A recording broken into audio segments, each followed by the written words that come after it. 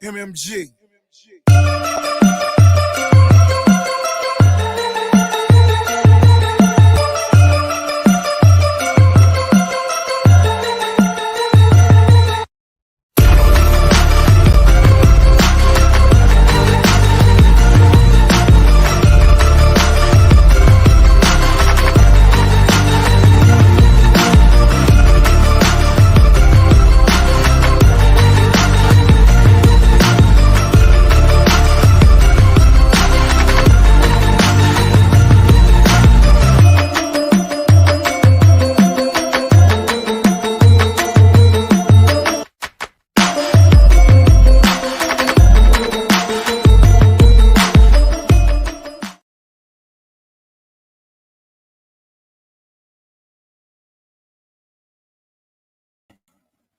What is up, YouTube? It is me, the artisanmc, on call today on the Christmas Eve. Like, share, subscribe, support stream. You feel so inclined. If you guys can hear me clearly, give me a 1 in the chat, please. Because I'm at work, I decided to help my coworker out and cover for him today. He's on his way to Vegas with his family. I'm here covering his A double scribble and doing my show. So, fucked up gangster situation, right? Definitely shout out to Artie More. Yes, hit the like button, y'all, please. I'm here. I'm doing this today. Regardless. He said, stop lying. I'm trying to save for that gun grave statue. Why don't you shut the hell up, Art? I had a goal that I wanted to hit this year, and I want to see if I hit it. You know, tax time is coming. I want to see if I hit that mark. So, it's that. I don't mind helping people out, despite what somebody's review may say. I am all about helping my team, and it don't matter what team that is. If it's my team that I work with, if it's my team on YouTube, it's the people that I actually respect. I try to help them out as much as possible because successful one is successful all. So I try to uplift the team. Like they say, I'm not a player hater. I'm a player elevator. I will help you get your game greater. It's just who I am. So let's see who in this peasky whiskey. Shout out to my cinephilic brother, the Malika Bean Bane, first in the build. Say happy holidays to the Geek Elite. Happy holidays to everybody. I understand it's Christmas Eve, and some of you might be doing stuff with the family or whatnot a little bit later. Some of you not, but I was going to do the stream regardless. I told y'all, rain or shine, home or not, I will do this for you guys. So we'll do that. And actually, let's go ahead and drop that link now. So if y'all want to come up, we can do this, get this in quicker, just in case I get another call. So shout out to Aqua, the #1 wrench in the building, saying the Geek Elite Assemble. Yes, the assemblage is happening. Also, remember you guys to subscribe to the backup channel, Geek Elite Assemble. That is the backup channel. You can find all these streams over there as well, and also sign up for the Patreon because I think I will do a watch party for the Rebel Moon because I need to know how many of you guys have actually watched Rebel Moon yet, because I started watching it last night, but I went and saw Aquaman. I came home. I was having a conversation with some good folk, and it was late by the time I started watching. It was like midnight, something like that.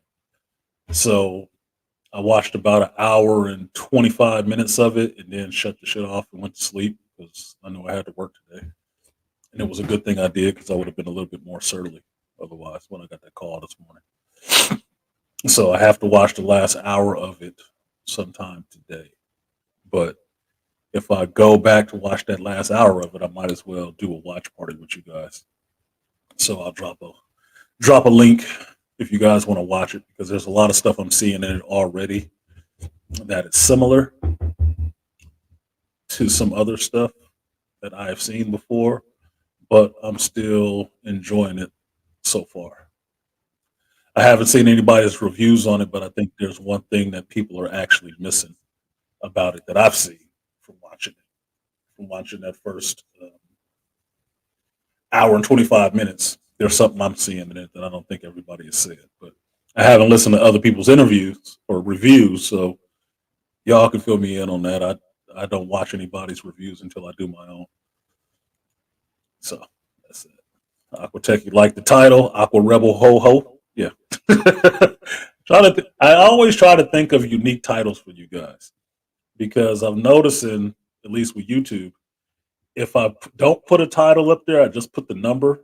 People don't really, the traffic doesn't move in that direction because they don't know what they're looking for. And I have to remember sometimes, not trying to be creative like myself, but think of it as a common, YouTuber, or not even a YouTuber, common sub or person that watches YouTube just striving by in 15 seconds. What is it going to make me watch this stream? There's no pictures on it of what's going to be in it, and the title doesn't tell you anything. So it's like me trying to grade a B movie to watch. I wouldn't know. Nothing on there.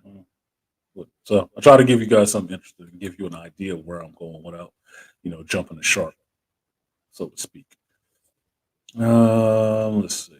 What else we got here? Shout out to the package man, no one. I hope you're busy today, and your baby girl getting all daddy's goodness. Pause. All daddy's good presents from his good works. Okay, that's weird. What up, Quiet Monkey? Toy the tutor in here, the three T, the BTM. Salute to you, ma'am. Hope you having get you a little Yule log for Christmas.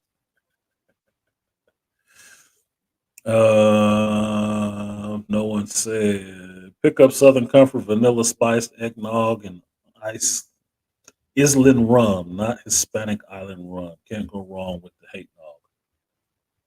Can't go wrong, and I hate eggnog. I picked up yesterday. I sent Artie Idmore this picture just to fuck with him.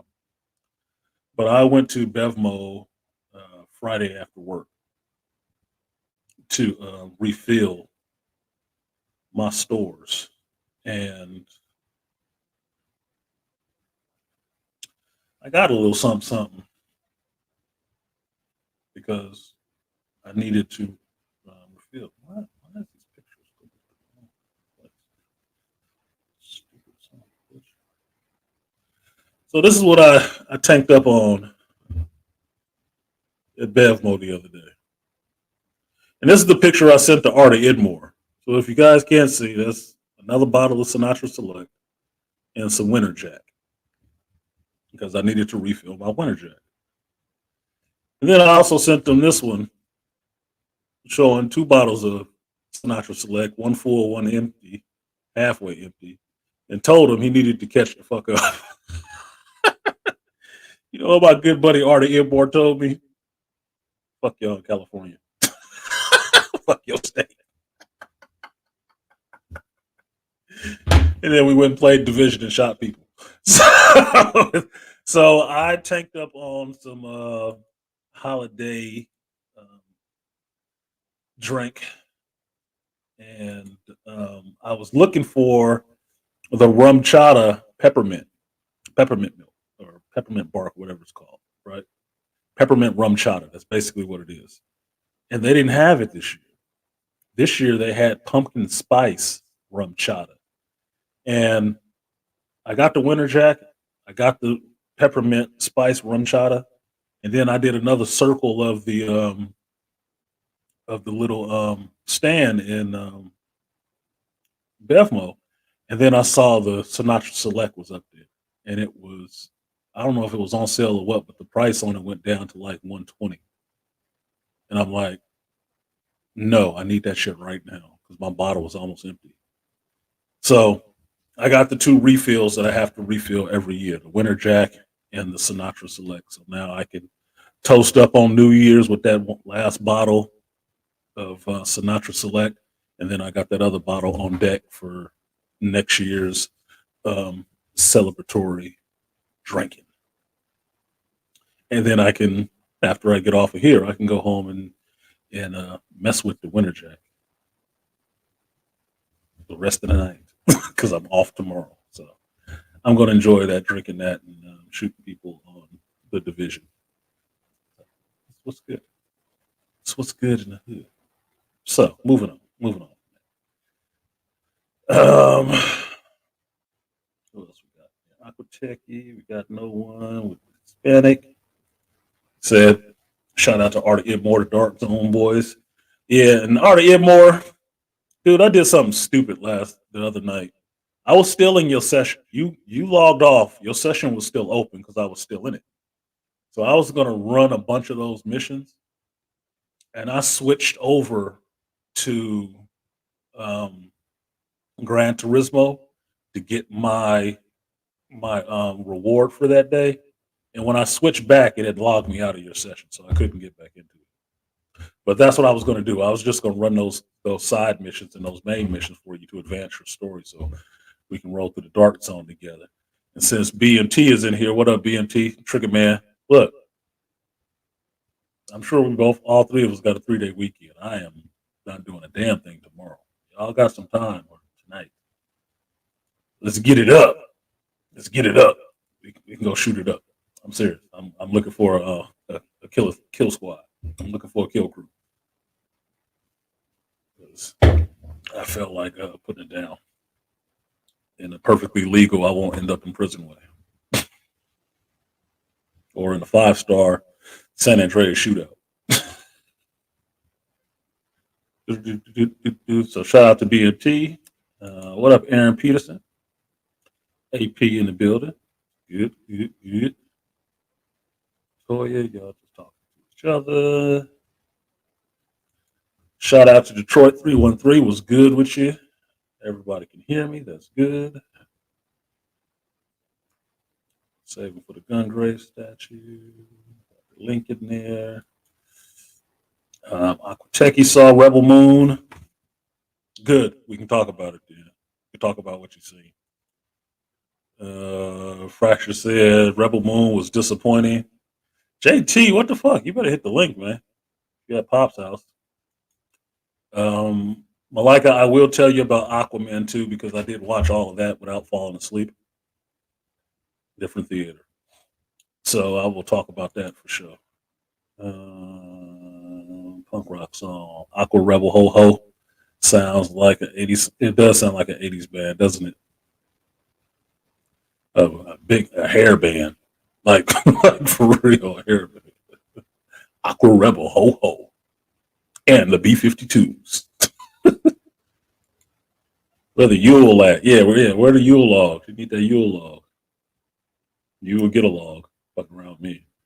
It's an open panel already. Yes, because I'm on call, so the link is in there for you guys to come up on the panel. I got one in the back right now, hanging out while I finish getting through this because this stream could get interrupted, so I need to go ahead and get it popping quicker. Yeah, Aquatech. It does sound like some P-Funk shit. Yeah. Aqua Rebel ho ho ho baby. Aqua Rebel ho ho ho. Should have played that shit. BMT said he on Division 2 now. Well, I'm not on it now. I'm all the way up in Fairfield. I got to drive all the way back to Vallejo to get on my shit. But I finished this stream and nobody's called. I'm the fuck out of here. So I got my laundry in there, so I need to go throw that in the dryer. Actually. All right, so let's bring these brothers up. I got one. I got two. That's a kill crew right there. That's a small squad. Small squad. What's good, BMT and Artie Idmore? What's up? What's up? What's up? What's up? Oh. What's going on? Happy belated holidays. Happy belated holidays. Yeah, happy belated. Appreciate y'all coming up. Yeah, no problem. So BMT Art was asking me yesterday when me and him was playing.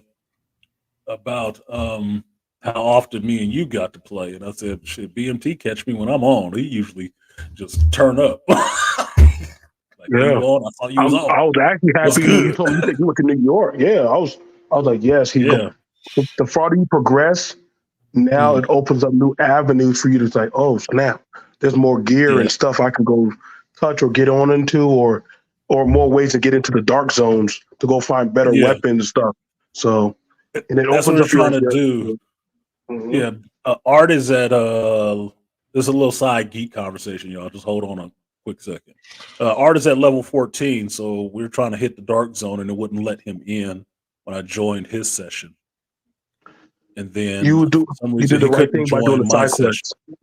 Hmm. Yeah, he couldn't join my session because it said he hadn't progressed that far or something like that, or it didn't have the Right. expansion Yeah. or some shit. Yeah. So when I was in his session, I was gonna just start knocking out his main missions to advance that shit because his characters ain't really shit to me necessarily. So I'm running around one shotting people like cool. Yeah, brother. He's like, I'm gonna progress this for my bro. he's like 1 little, 2 little, 3 little Indian. Yeah, just picking them off.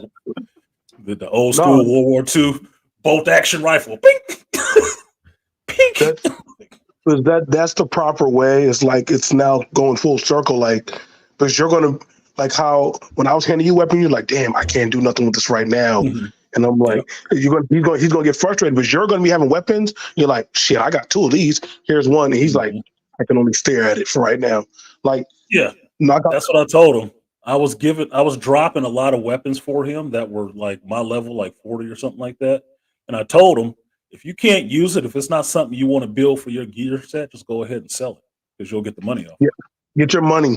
Get your Yeah, money. get your money Get up. your money and get your part. Get your money and your Get the parts. So parts. Yeah, then the you parts. because then you can start building your own type of fire rifles that you want to build, and that's something I said. You know what? But I'm looking at. I haven't seen you go on live and actually start smithing your stuff. Mhm. But see, that comes down the line when you start liberating certain areas and bases and start Mhm. building them up. You're going to actually have it where a woman is going to say, "Hey, you need to start building your own firearms to actually fight, keep up." So that opens up a whole new avenue of stuff for you guys, for those of us who like to actually create our own shit, you know what I'm Craft, saying? yeah. So definitely, and also it'll give you, you're going to start getting your specialization. But he doesn't, I believe he doesn't have a specialization yet. So He has. in that, He's doing his turret. Oh, I'm speaking for him. My bad. All right. But he was doing his turret specialization. I'm working on my. I'm running with the Gatling gun specialization, the gunner specialization right now because I did the other one. And I have the crafting station open up. I don't think he has the crafting station opened up on his yet. Not But yet. I've crafted a few weapons and some armor and shit like that. But I'm trying to max that right shit out. First thing I there's crafted that. was all the attachments on your weapon, like your scopes and your suppressors and shit like that. That was the first thing I started crafting. So Yeah, get all I your get to scopes out craft. the way. Get all your scopes and stuff out the way because I learned the little things that you overlook in division, they carry over to like building the guns that whoa, how's he hitting 900,000 or stuff like that? It's because those little scopes or those iron sights or Scopes. things like that Yep. that actually add Yep. up. Yep. Also, I wanted to also tell y'all they now had it to where so they have a thing called the tower. If you get to Mhm. level 20 or 50, I think 15 or 20 of the tower, they give you an exotic just for making it up there, especially if you do certain kills. So it's a way every week you can farm at least one exotic out of there. So that way you can start Oh, building up nice. your exotic. So Nice. I'll, Yeah, I I'll gladly I run up haven't there. played through the tower. Yeah, I haven't played through the tower yet. I haven't had time to go through it. So yeah, Hmm. thanks for letting me know about that because I do want No to problem, bro. I definitely wanted to get let you my know that. exotic game up. Get my exotic game up because I like the two that I have. I've crafted one of them a second time to upgrade it. I just don't have one that I really want to run with the whole time. Yeah. Right. So No, all no, right, y'all. definitely. That was a little Division 2 geek speak. That was gamer speak on the Geek Elite channel. So you're hearing all this art. So you got some time. You get on. It's gonna be run and gun time for you. You're gonna be You know I'm off today, so Yeah, you nigga gonna be running like ho ho ho. Got weapons. Wait, I can't carry all this. Cool. So yeah, I definitely try to fuck with y'all tonight on that when I leave here. So let me do this stream and get the fuck out of here because I'm excited. yeah. The only thing I really gotta do is just clean up. I'm just cleaning the house. I'm free all tonight. But the meats are thawing out. So hell yeah, before I hit the grill, I'd rather just game with y'all guys and we could just shoot the shit. You know? No, I'm good. Now everybody's witness to my evening plans. All right, so everybody else, who saw Aquaman or Rebel Moon? Me. In the chat and on the panel, just I'll get involved because the chat is not moving. That's not a good sign for YouTube content creators. Like if chat is not moving, that means you know what I've been watching. I've been watching Dominion Tank Police. Yeah, you've been watching Dominion Tank Police. You wasn't even watching Blue Eyed Samurai. I'm like, what the hell? I got a person that don't even watch watching Blue Eyed Samurai, and your ass watching Dominion Tank Police. I mean, I love that, but it's like, catch up, motherfucker. Catch up. I got to see Aquaman. I saw Aquaman, but it's a send off. I saw that, so I can speak on that. So yeah, I got to do that one. Aquateki said Rebel Moon was meh. It's 2 parts. It's the first part of 2. So I keep hearing people saying that Rebel Moon is meh, and I want some clarification on what was meh about it. I'm not saying you're wrong. I'm not saying you're right. I'm just trying to get more clarification, more understanding on what that means. It's like saying, I had some water and it was wet. Like, okay, yeah, water is wet. What the fuck you want? I need a little bit more. What it didn't taste right. Why? Because it was wet. Well, water's always wet. What more can you tell me about why it tastes funny? What did no one said? I'm moving on this island rum in this little pony coloring book. And My Little Pony coloring books. Hey, fatherhood, father duties, daddy duty, man. What you do? You got yourself some drink, you got some rum, and you got coloring books. Sound like a good time with your kid. I'm just saying. Just saying, man. I'm not mad at you. Do that shit. Teach her how to.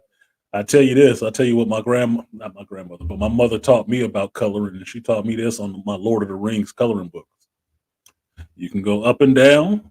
It gives you one texture when you coloring, or you can do circles. Gives you a different color and texture. So you can color the same picture and make it look like it has texture.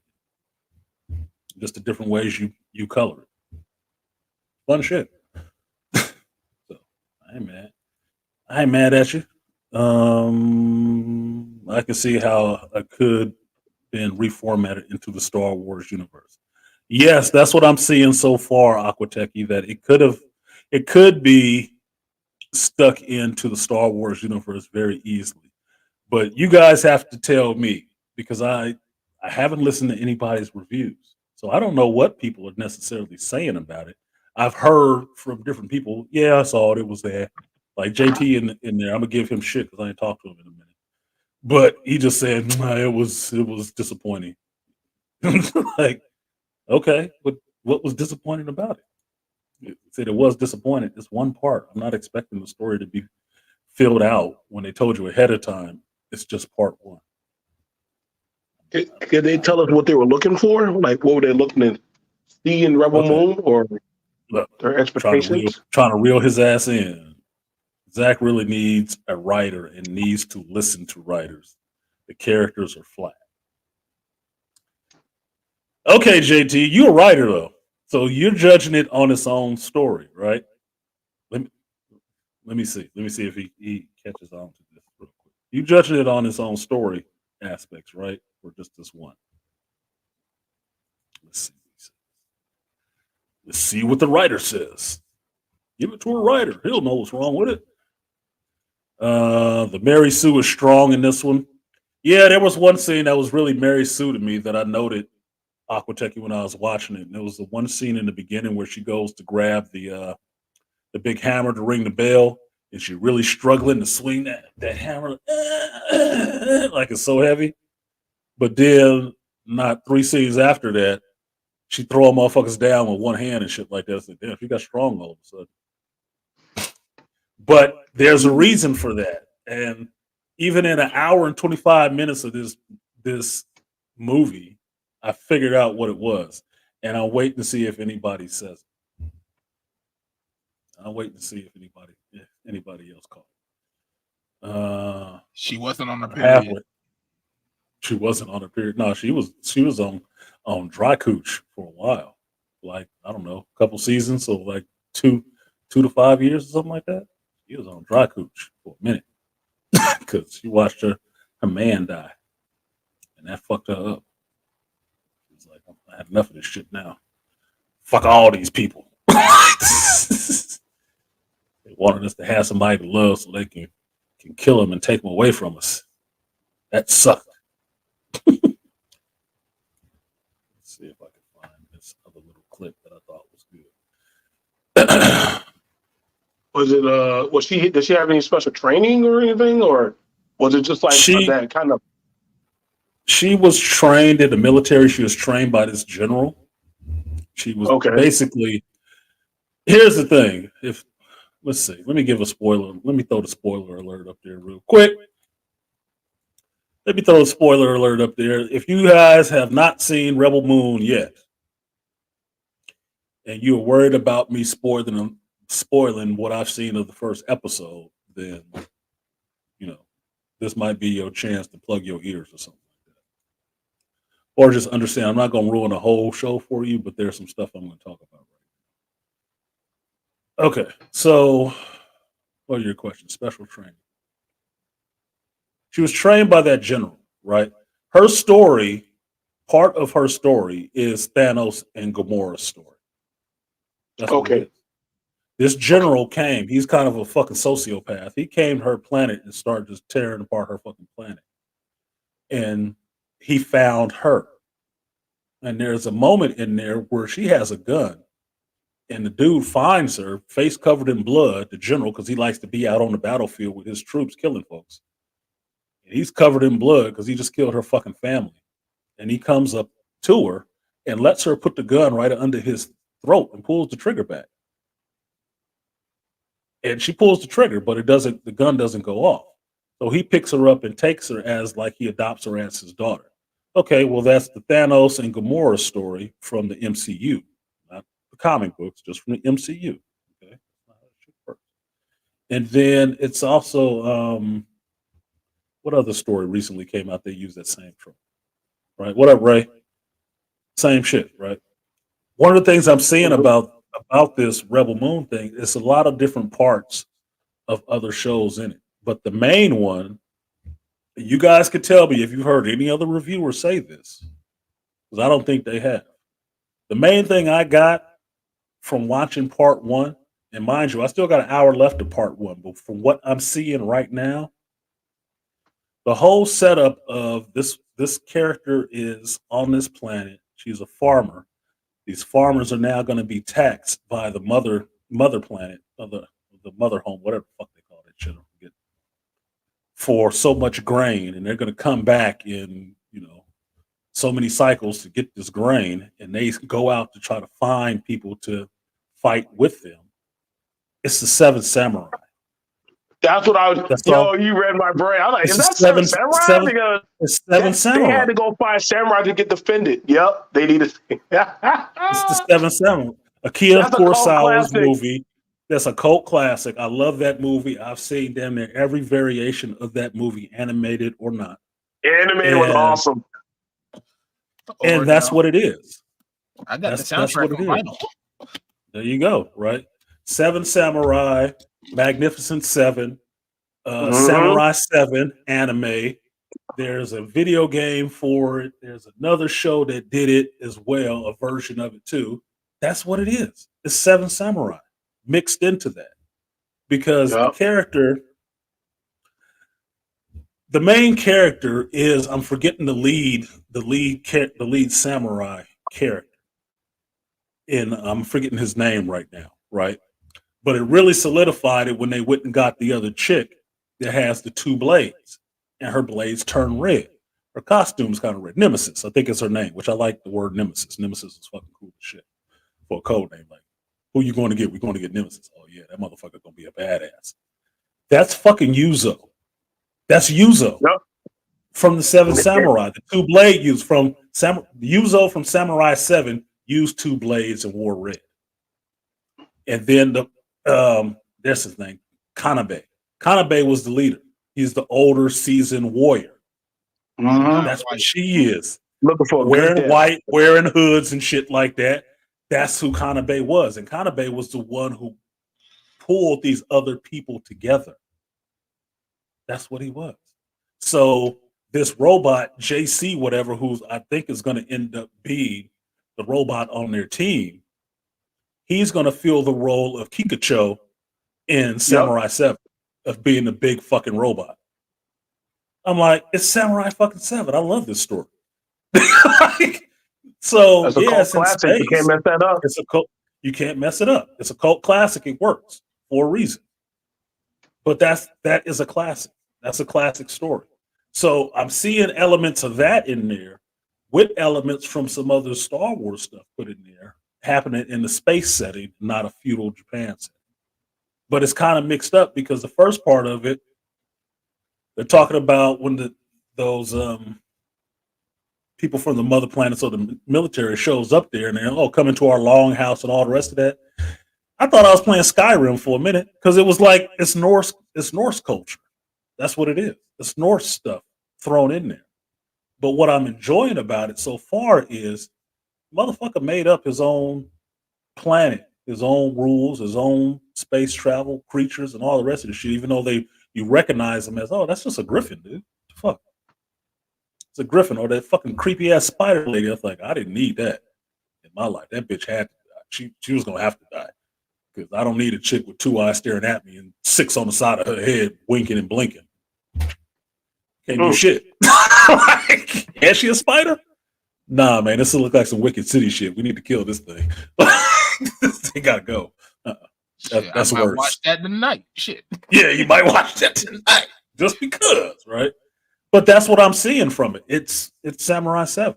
So if you broke it into 2 parts, well, what's the second part going to be? Because I don't know how this last hour ends, but I'm assuming this last hour of part 1 is just going to end with getting everybody together and maybe one small skirmish so they get the sense that this is a team working together.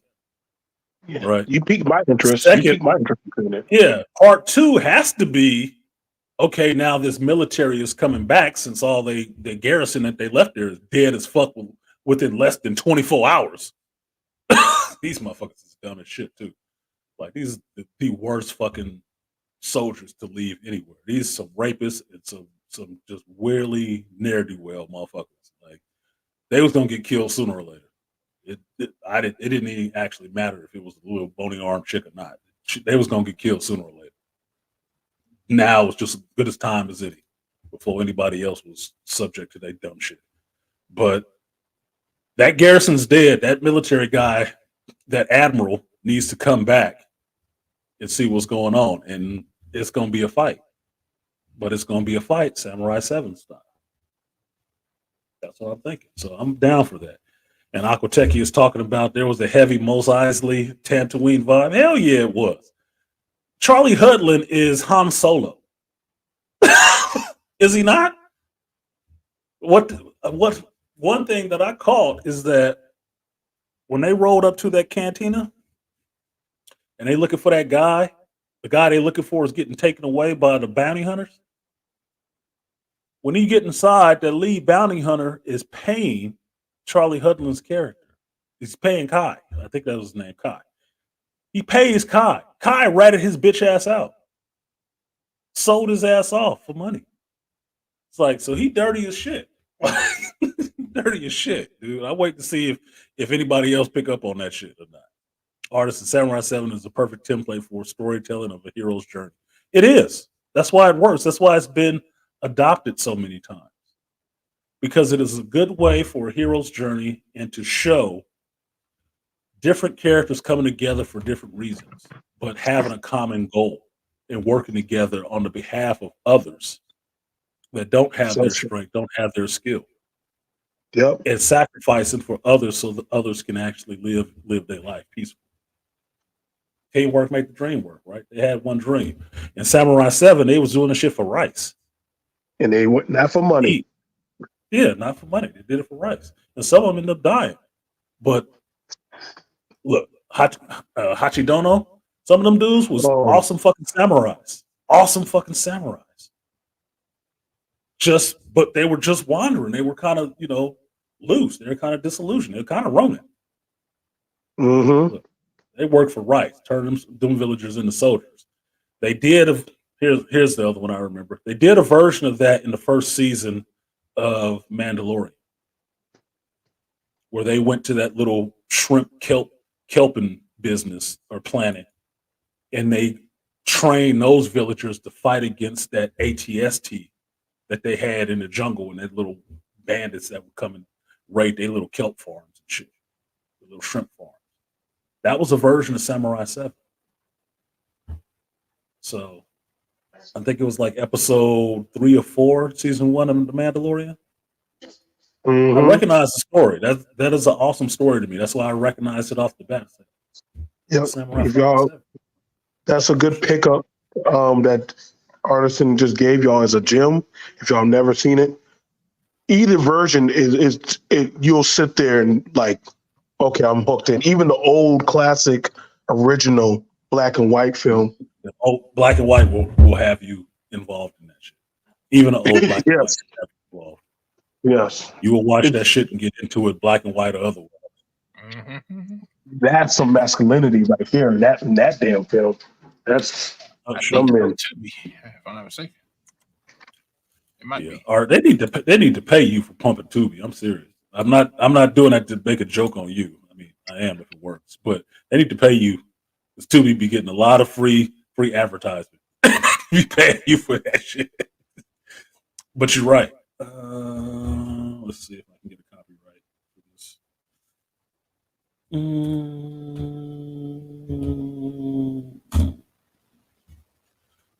All I'm saying about Tubi is it's one of the greatest things I ever found in my life. I could watch all my old shows, no matter what Mhm. era they came out of. Last week I was watching the old school Flash Gordon shit that came out in 1970s cartoons. Flash.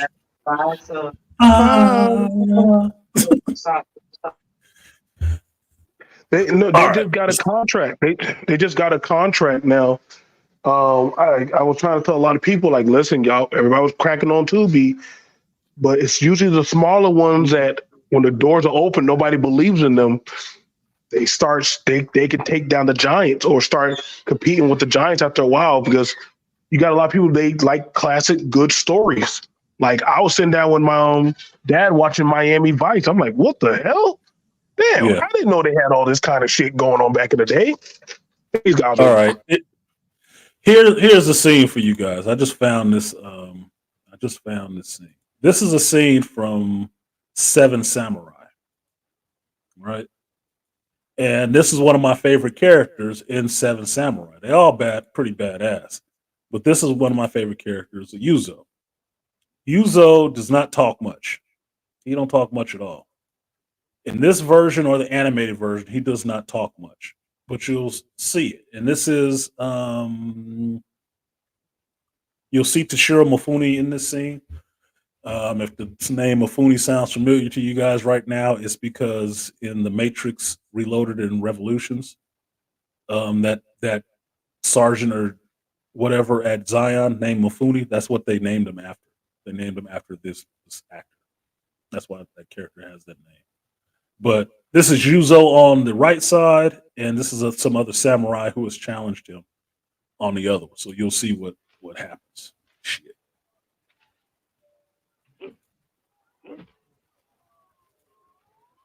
See how samurais get that.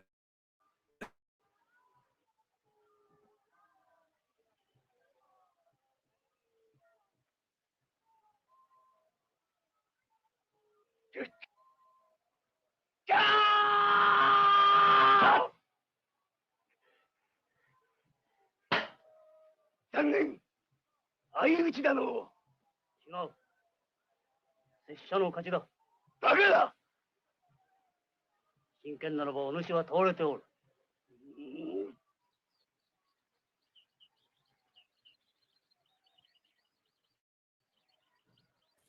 So the bald old man on the left is Kanabe. 何？わからんな。 And if you're watching Rebel Moon, that's the Korra character. 逃げるか。行け。来た来たら何とでも言える。 Dumb move, don't draw no sword. Dummy. Dummy, dummy, dummy. 勝負は見えておる。 Yeah.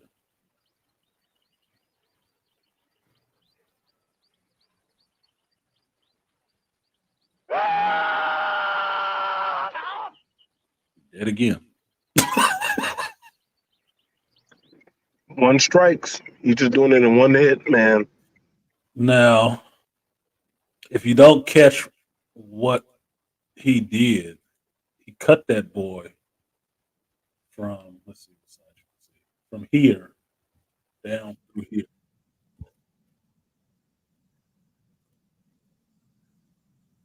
One second. He cut that boy the fuck up. And for samurais, they're supposed to really understand how good each other are while they're sparring. If you don't believe me, ask nameless protagonists. It's a lot that they can pick up off of that shit, right? Kanabe. And dude was outmatched, right? He was outmatched, but he didn't want to concede that shit. He didn't want to concede that shit. That's why they were fighting with just sticks, so they wouldn't have to pull the sword and kill each other. But that wasn't good enough for his ass. So he wanted to go no bamboo, and that's what the fuck he got. He got straight steel and straight fucked up with one strike. But that's Yuzo. He don't talk much, but he is very good. And my favorite point in the Seven Samurai movie is they find out that these samurai that are coming back, the bandits that are coming back, have guns. Yuzo ass go out one night. He said, "We need one of those guns." And Yuzo runs off into the woods at night by himself. Motherfucker come back in the morning, he got guns. He killed some. He handled business. He wasn't gone long. He went and got some guns for them, so they understand. Here we go. We got some guns, and he just dropped the shit, went and sat down and ate his rice. I'm like, this motherfucker about that business, boy. He about that work. So this is a scene. Same character, but it's Yuzo fighting Kanabe, which is the leader of the Seven Samurai, or in this one, this is Samurai 7. Right. This is the character of Nemesis in Rebel Moon. So you'll see the similarities when you look at the character right now. That's all Zack Snyder did. He pulled it from some other stuff. So let's show you this. And I'm not going to play this whole fight.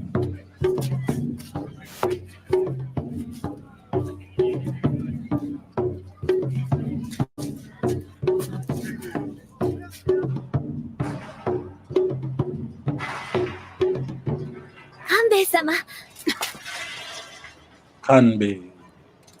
先生、なかなか侍は。Look at that like button. Like button hit. お主侍か。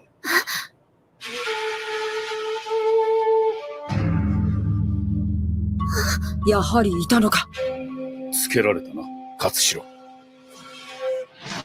So Katashiro is the young samurai. In Rebel Moon, that young Asian dude that is rolling Korra, that's his role. That's who he is. So this character is Kanbei. He's the leader of the Seven. This is who Korra is in Rebel Moon. This is Nemesis in Rebel Moon. わしは島田勘兵衛。その方、名は何と申す。久蔵。お主を Might want to 侍。 put your watermark up there for it.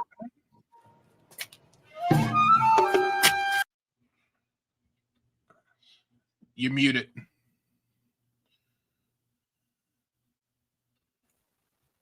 I said, what did you say? I said you might want to put your artisan watermark. You have all your artisan things on. Yeah, you're right. Because this is anime. They'll fucking Yeah, because shut they shut down one of my live streams. It took that shit. So yeah, they will. Okay, thank you. Thanks for reminding me. I'm more amped about trying to share some shit with folks. This was a good animated fight. You see, you got the two blades. 抜け。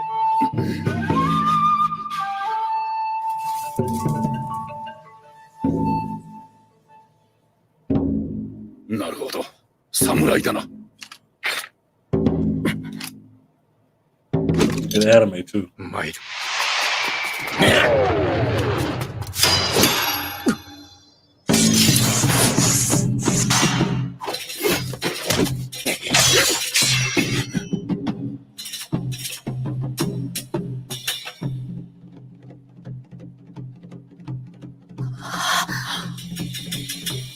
Me, this was the first time that character actually was shown wielding two swords. That's another his name is. But he would be the equivalent of Tarek in Rebel Moon.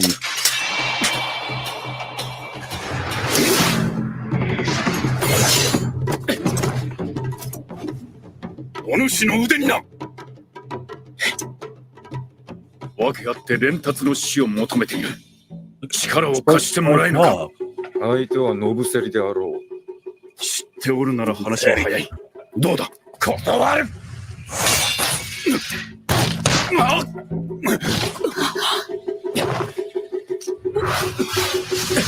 残念だな。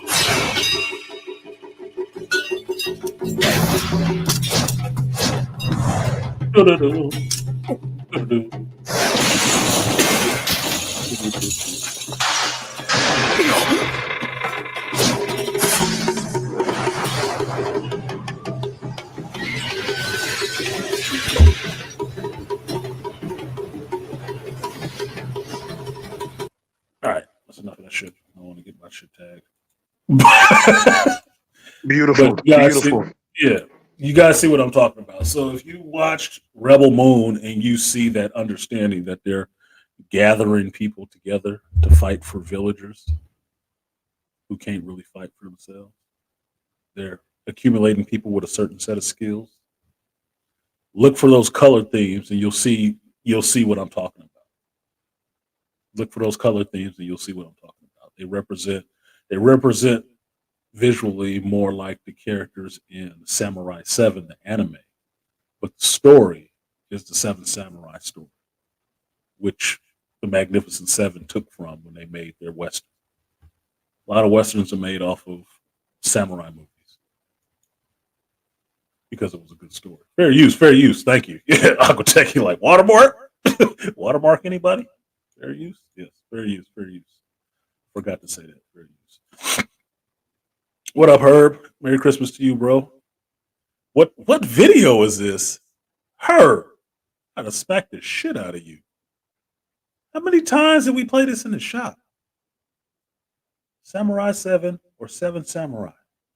what's the You should Japanese know. word? You do a keto, motherfucker. You supposed to know the samurai shit. I didn't take a keto. Come on, man. What's the Japanese word for like a spaghetti western done in a samurai style? I think that's a word for it. I'm not spaghetti western samurai style. It's just a spaghetti western, but it's only a spaghetti western because it was made in Italy or made by Italians. I can't think of the name of it. Can't think of the name of it right now. But Rebel Moon for me is hitting that mark. So I'm gonna see today if the rest of the episode plays out that same fashion, but that's what I'm seeing from it already. That there's a Star Wars influence I'm seeing, which is fine. I don't have a problem with people making their own sci-fi. Why the fuck not? I thought it was a genius move that they didn't want to do his script, so he said, "Fuck it, I'll do it myself." Awesome. I love that. I'm all for independent filmmakers making their shit themselves. I I did see that theme of, the crazy general takes this girl under his wing that from her village that he killed all her parents, and that's the other one. It sounds like Underworld. Sounds like Victor and Celine, right? Yep. Victor did that to Selena. Why did Victor take Celine as his adopted daughter? Because Victor was in there killing her family, and she reminded him of his daughter, who he killed because she was up there fucking that dog boy. He's gonna have that little half-breed baby. He wasn't having that shit. That would have been such a badass grandchild he had, man. That would have been some hybrid, like crazy shit that kid would have been doing.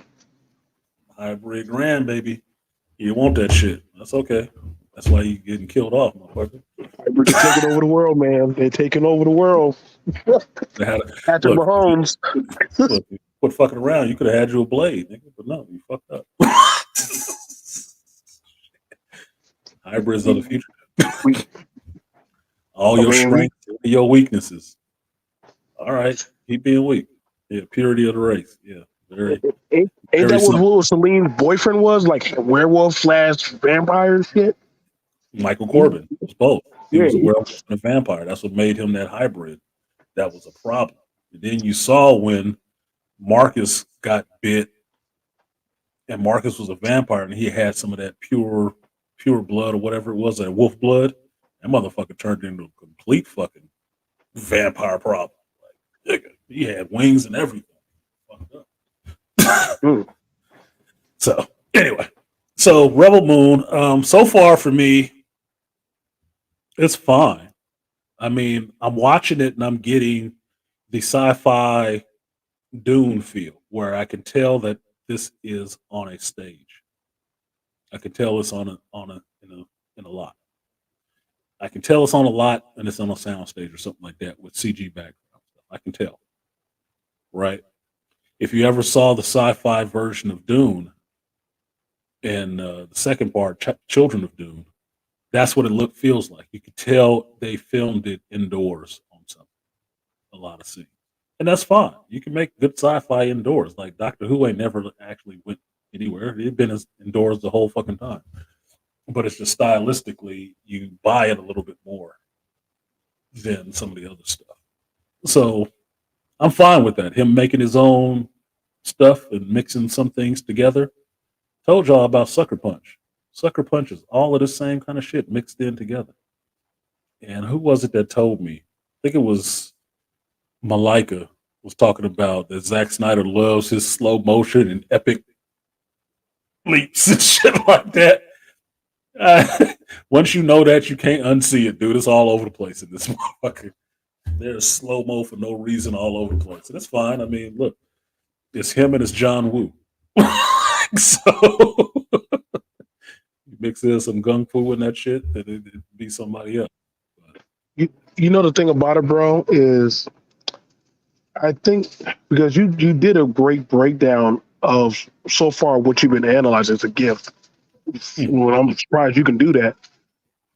It's not a diss when, you know what I'm saying, you see something good and you pay like some type of homage and put that in your works. Like, oh my God, that's from Back to the Future. Okay, so he grabbed a Mazda NX, a Nissan NX, and turned it into a time traveling car. Like, it's not like he stole it. He's just saying, like, you know what? I want to put that in. I want to write that in. It's just, if it can play it out good and it keeps the people interested into wanting to watch it, I don't really have a problem. I'm not too quick on the bandwagon to burn down a film, you know, if it actually has a good story. But now you got me wanting to watch Rebel Moon if it is on that of the track of the Magnificent Seven. You know what I'm saying? Granted, there's been plenty of movies where we need a team, Ocean 11 and Ocean 7 and all. Like, it's just, and granted, we loved, and those are classics now. We can't think nothing but George Clooney and them and Brad Pitt. So I'm all for it if it goes together well. And you have to remember. Mm-hmm. Oh, sorry. I was going to say, you have to remember, and Ocean's 11 shit is not originally George Clooney and Brad Pitt. That's Sammy Davis Jr., Frank Sinatra, Dean Martin. Uh-oh. Those people are the original Ocean's 11 because Frank Yep. Sinatra was Frank Ocean. That's where that comes from. It was the Rat Pack doing the movie together where they robbed Las Vegas. They robbed Las Vegas. So hold on, I'll show you this shit to you, man. Because I like, you know, I like showing people shit. And I get, I deal with my kid. I got to do some research on it, but I guess that's the name I think about, Sukiyaki Western. Sukiyaki Western. And I remember that's when Japanese people do a Western movie. Yes, so there was a movie that came out in 2007. It's like Sukiyaki Western Django. yeah. I know exactly which one you're talking about too. I love that movie. I love that. Yeah.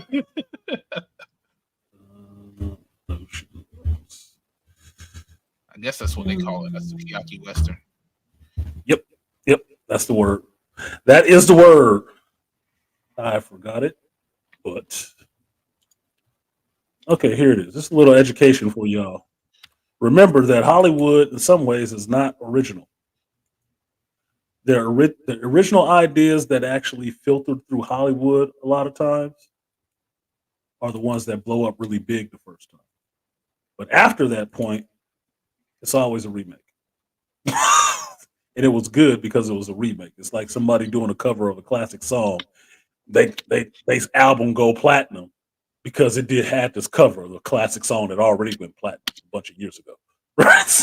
So it wasn't them necessarily. It was you put it on some good bones, okay? It still has some legs on. So this is the trailer for the original Ocean's 11 from the 1960s. 20, 19, 18, 17, 16, 15. Since we all black, you should watch this to stand me for this, man.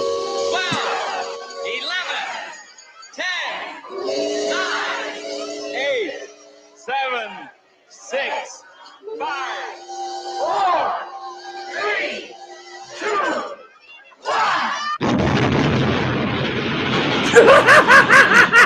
Looks like some Godzilla shit.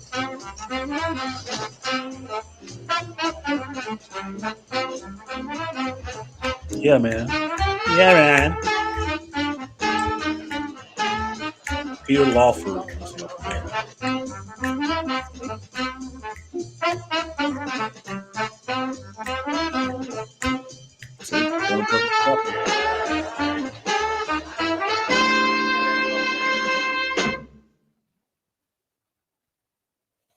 Okay, that was just a trailer. But now that you know it is a real thing, the Brad Pitt Ocean's 11 was a remake. That's why they made more sequels of it. And all of those people that were acting in that movie were entertainers, larger than life entertainers in their own right. That was the Rat Pack. Most of them, at least. Top three. Jerry Lewis wasn't in that shit. But that's what it is. Everything old is new again. Exactly, Aqua. A new generation sees Ocean's 11, and the first thing they think of is George Clooney, but don't know shit about the 1960s and Sammy Davis Jr. being in there. That's why you got Bernie Mac in the other one. So where was the female Oceans at? What's that? So where was the female Oceans at in the 1960s? You really think there was one? Come on, man. We know what era we living in, right?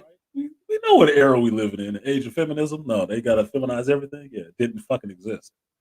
That's a recent makeup. That's why it didn't do well. People like, oh, y'all just hating women. No, that didn't exist at all, and it's just a ripoff. What did Joe?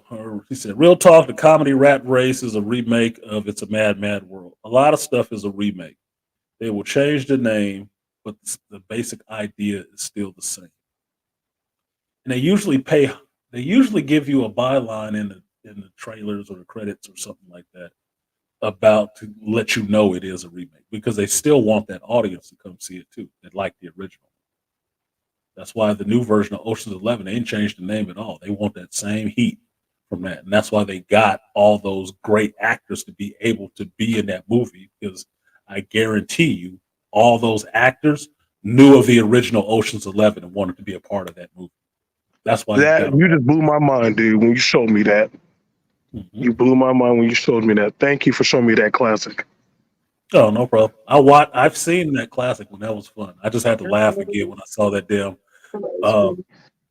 blowing up the little power line thing, because it reminded me of a Godzilla movie.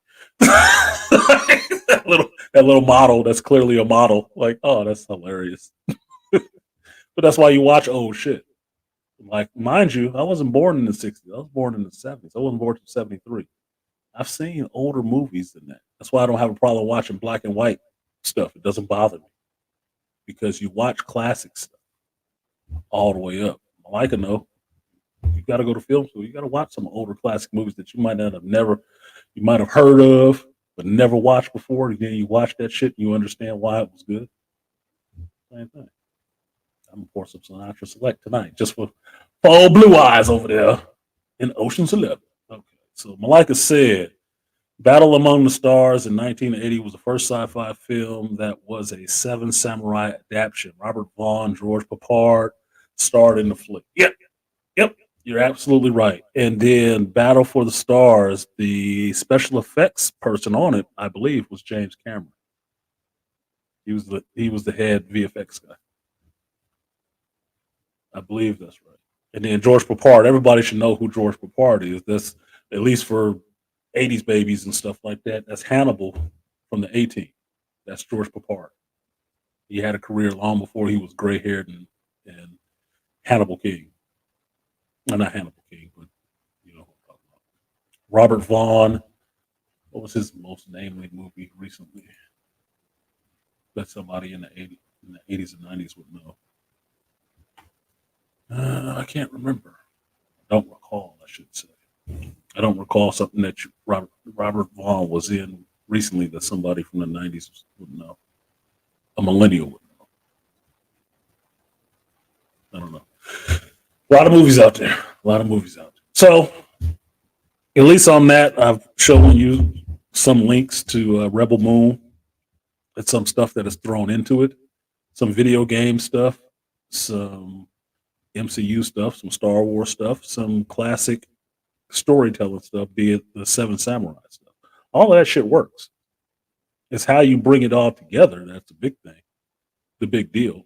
I'm not seeing anything that makes me hate it, because I can tell you two things on this.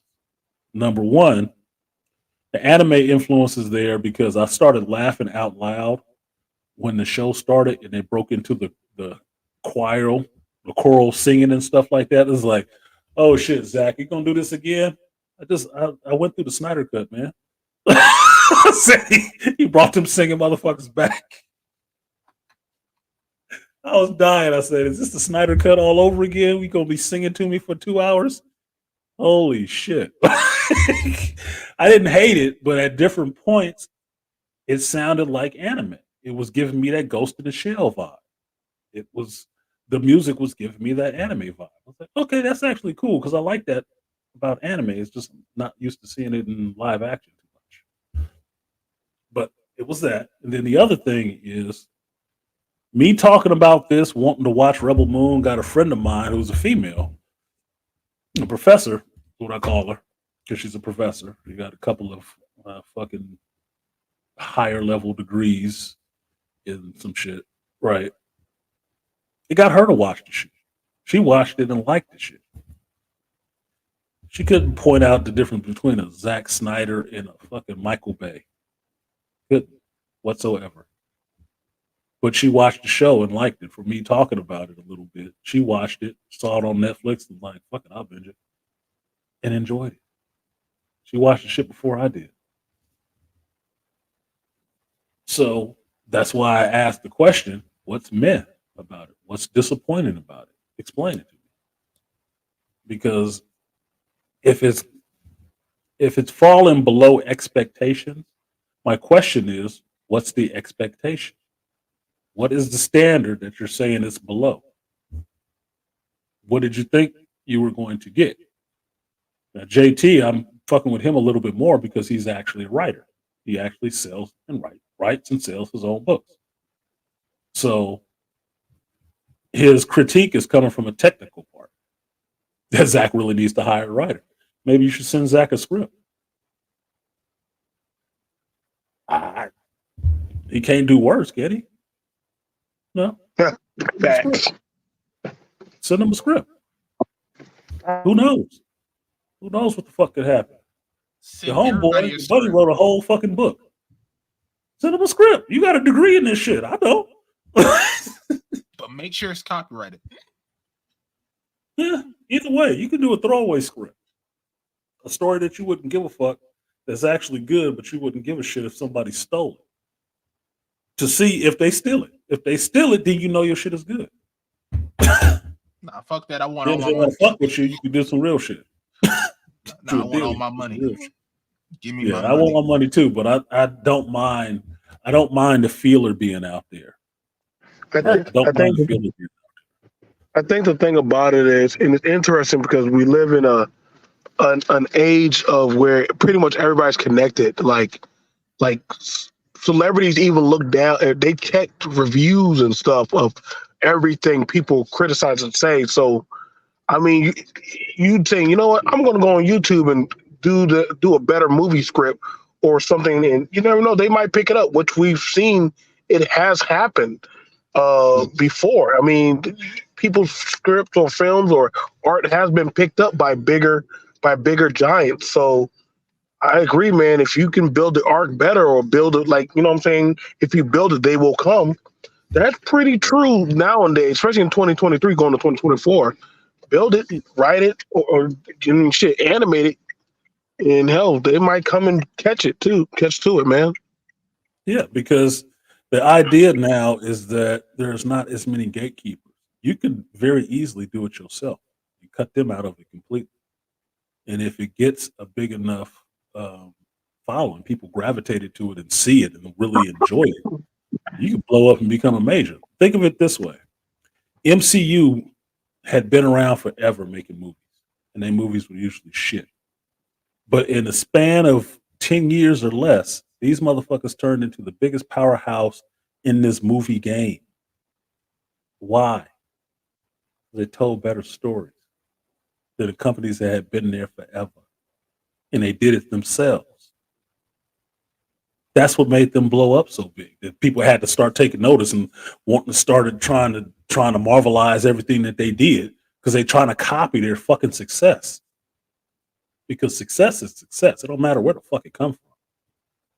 You got a better idea, it's going to find people eventually. The only thing that happens from established people is they try to stifle that idea from coming out through you.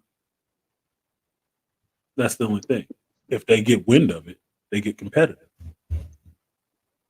Come on, Marvel Comics has done it. Marvel and DC Comics have done it forever. Any writer that's really good at writing comics, even if it's talking about them, they'll hire the motherfuckers quick. Keep them from competing against them. They will easily recruit you real quick. They'll throw the check. Yeah, Marvel was making movies for a lot of years that were garbage. And I told you, I've seen all of these motherfuckers for years, all through the 80s and the 70s. They're just making shit movies. When they started making the movies themselves and they had control of it, they didn't have to license it out to anybody. And they could tell the story the way they wanted to. That shit blew up immediately. Why? They told a better story. They used to. That's why they look disappointing right now, because they ain't telling better stories now. They got a victim of their own fucking success in a sense and start acting just like those old dinosaurs in Hollywood that we didn't like anyway. They fell into the same trap, making the same mistakes.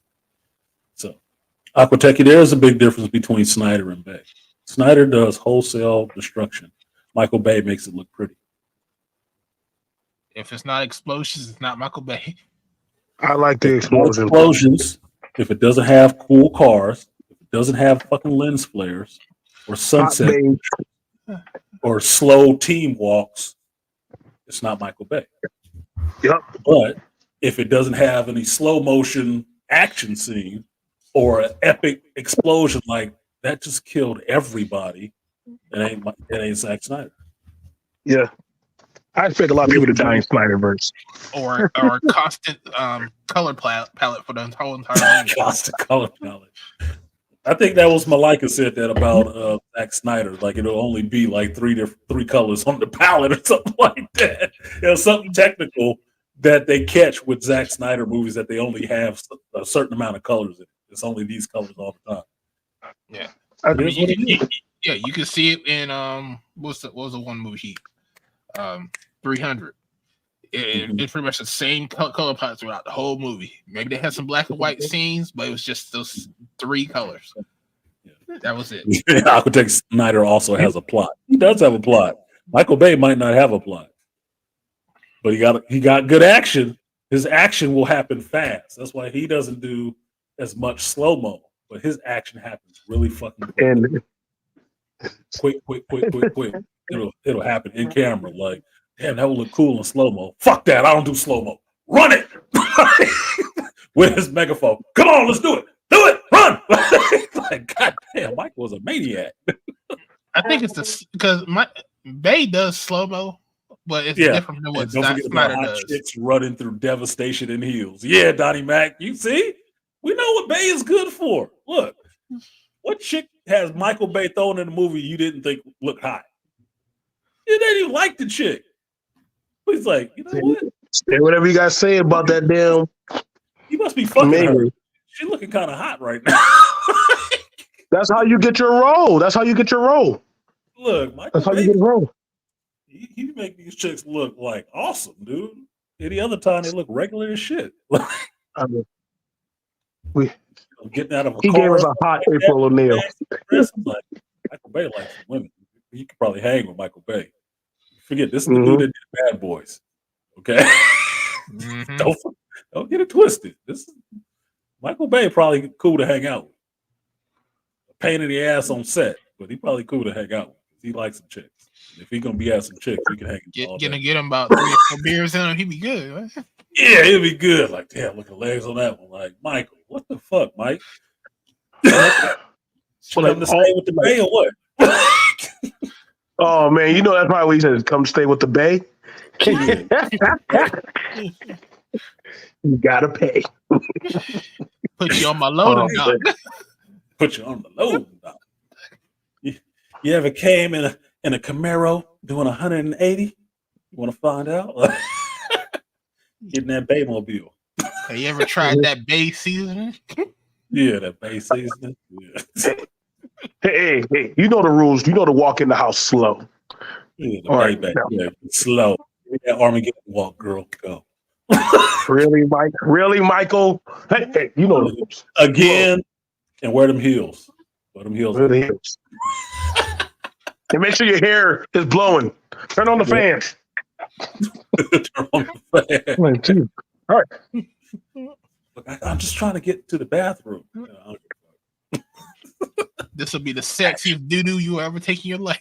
I'm about to say, man, but how's April in the sewer looking so hot? Like,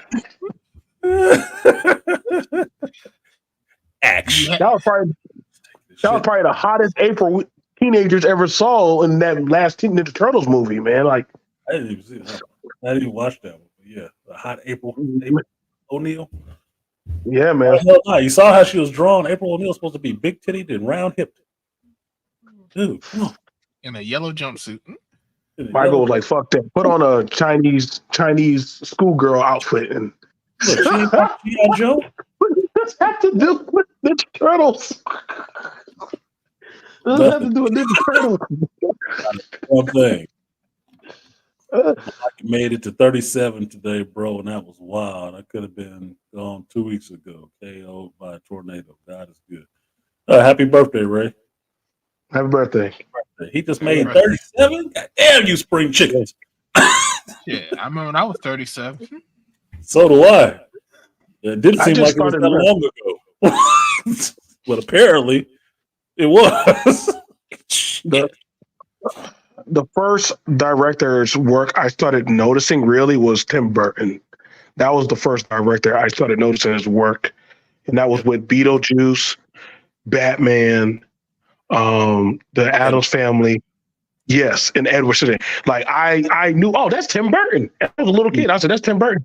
And my mom was like, And really? the other one, Look at all the work the is other the one that same. people forget, the other one that people forget, Nightmare Before Christmas. That's Tim Burton. Oh yeah, well, that was all him. Tim Burton got a gothic. Or Corpse Bride, I mean. Mm-hmm. Corpse Bride as well. That's Tim Burton. That stop motion. He brought that stop motion shit kind of back. You know. Oh yeah, Tim I Burton was has scared it. of that penguin. Yeah. That's why that's why I didn't watch Nightmare Before Christmas until way later. I was like, this nigga off or something. Because I love Edward Scissorhands. That's why I always remember that movie first. I liked his Batman movie, Batman '89. I like that one too. I've watched a bunch of Tim Burton movies, like Planet of the Apes and shit like that. But he has a distinct style, and it's usually him. Most of his characters are him. Like I haven't watched that his Charlie and the Chocolate Factory one, but after watching Wonka and people talking about how they didn't like Charlie and the Chocolate Factory because it was a bit weird, and I'm like, yeah, that's why I didn't watch that shit. I might watch it now just to see Tim Burton act like Willy Wonka because that's what Johnny Depp is playing. That's the Tim Burton character in there. It's that Willy Wonka. So I want to see how fucked up that one is because Edward Scissorhands is Tim Burton. He's Tim Burton. Jack Skellington, that's Tim Burton. That's how he thinks and feels. He's the Edgar Allan Poe of Hollywood. Yeah. That's I was telling my friend last night, the professor last night, because we went and saw Aquaman together. I was telling her last night is that you want to find out that we're talking about culture, and you want to find out what's really going on in the suburbs. She was talking about how she doesn't like the suburbs. It's creepy. I said, yeah, it is. So you want to really find out what's wrong in the suburbs? Listen to some alternative rock. Those are all kids from the fucking suburbs. Then you find out what the fuck is going on in the suburbs: drug use, suicide, all kind of incest, all kind of this crazy shit going on. These are all white kids growing up in the fucking suburbs. So don't think the most screwed up people come out the hood. No, suburbs is fucked up too. Mm-hmm. Listen, alternative rock, you'll find out.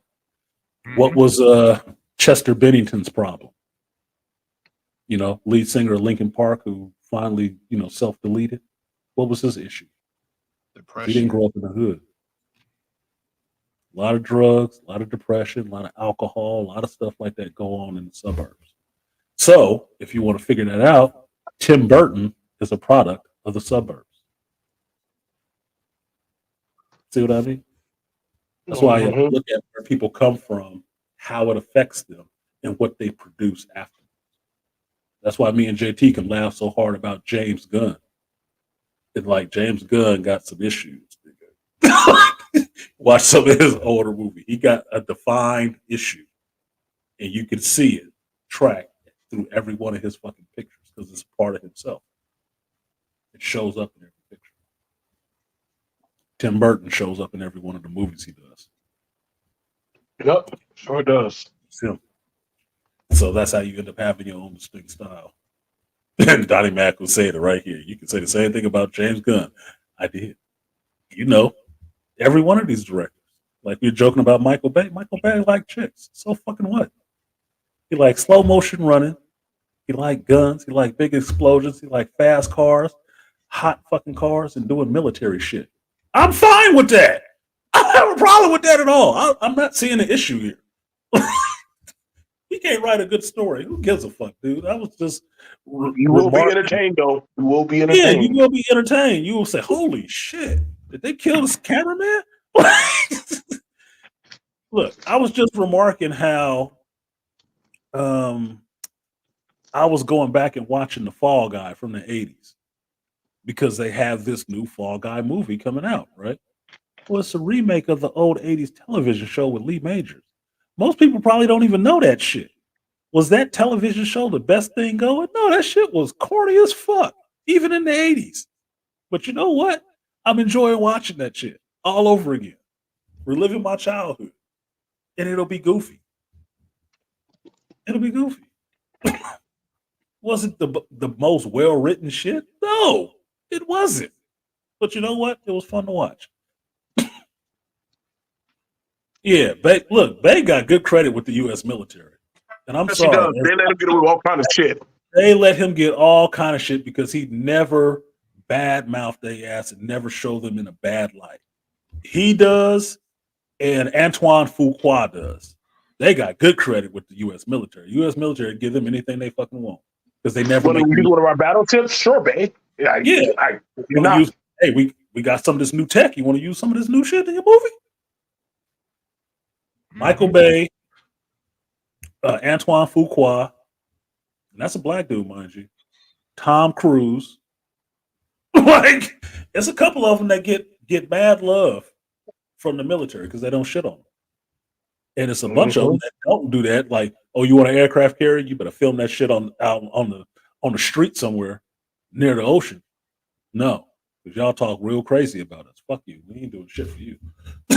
Not at all. Fucking Tom Cruise got his whole team to get trained by the military and get to drive and get to ride on the bird in the fucking jets. What? That is unheard of. That's why that movie deserved to make the money it made. That's why Top Gun 2 deserved to make the money it made. It deserved it.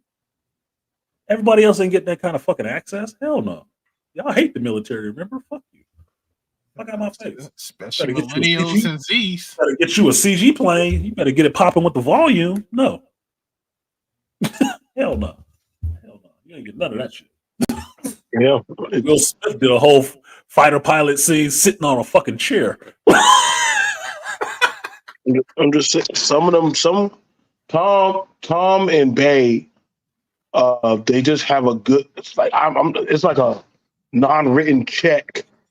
Like if they want to come do certain stuff, like I do know about Bay, but my sister, her battleship got to be in the Michael Bay movie. When they were like, oh yeah, the Navy has to use this rail gun. I'm like, what the fuck? Like, are we really putting this in Hollywood? But you know what?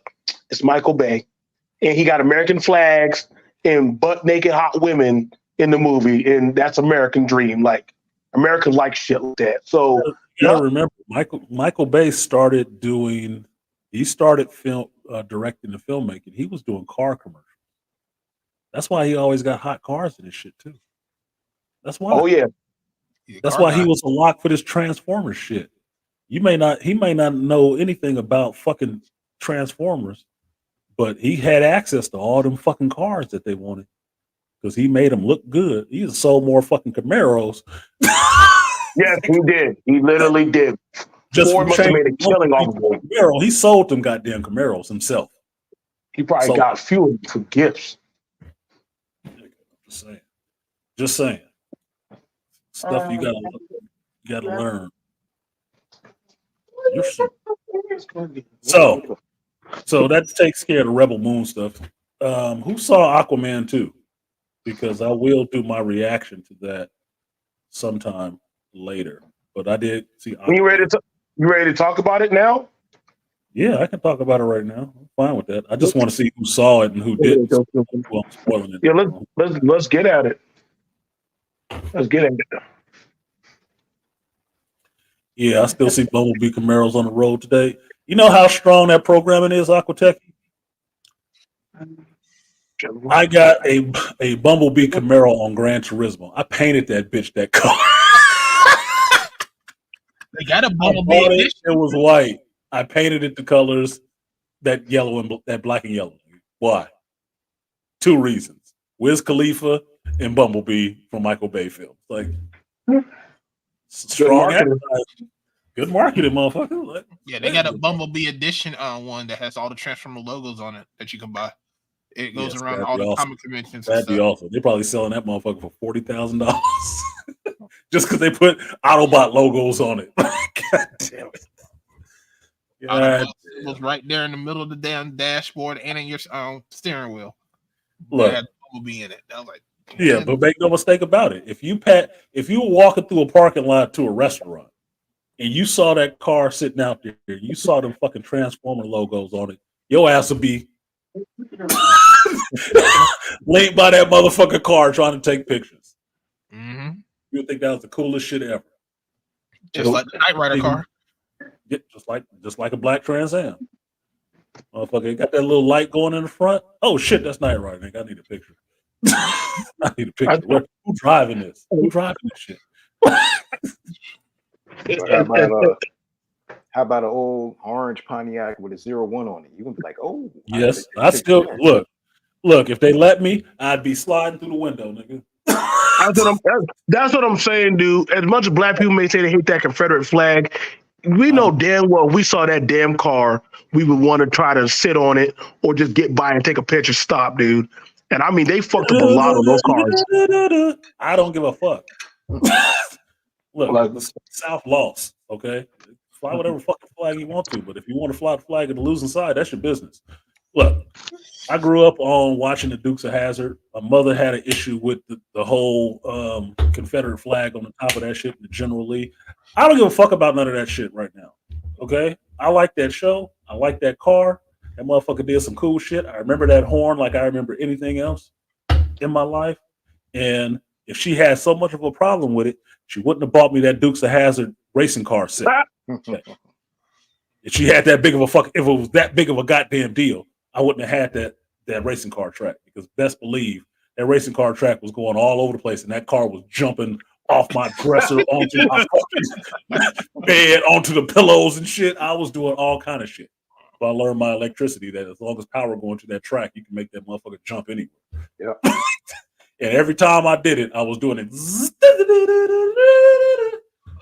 Look, be mad. It's two separate things. Yes, there was a general for the Confederacy. It was bad. Yeah, they lost. So what? It doesn't matter that those people necessarily still hold to some of that shit. Some people still hold to racism. It's supposedly been dead for a long time, right? Look, call it what you want to. For my generation, General Lee is an orange car, not some fucking Confederate general. Well, and that Charger is bad shit, because when I watched Smallville, John Snyder was on Smallville playing Jonathan Kent, and then Michael Wopak showed up in that bitch with a blue Charger. I was like, oh hell yeah, yes, that's bold Luke Duke over there, boy. Can I tell you something, man? Millennials did not understand why a lot of us Gen Xers were like, oh, they back together again. And people like, what? That's the reason why we love that. Exactly. I love that episode because that's what it was, because they were making inside jokes about the Dukes of Hazzard. Because Smallville, if y'all didn't know, was in Kansas. And the Duke boys lived in Kansas, Chickasaw County.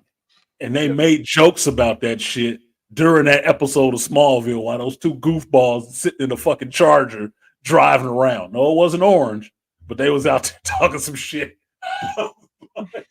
This is classic. This is classic, dude. I'm loving this fucking show. I'm loving this show right now. And yes, Aqua Techie, 8-year-old don't know shit about General Lee, the Confederacy, and none of that shit. And you know what? Some of the people who are older don't know nothing about it either. They just know they're supposed to hate it. So fucking what, dude? I don't give a shit. That's not what we like it for. He said, "Fuck all y'all." Daisy, look, and Daisy, name shorts after that shit. Daisy Dukes. Mm-hmm. Named the whole. That was a style for you guys. Cut up jeans after that bitch. That was a style for in the 80s. Daisy Dukes. It's a style now. They don't call them Daisy Dukes though.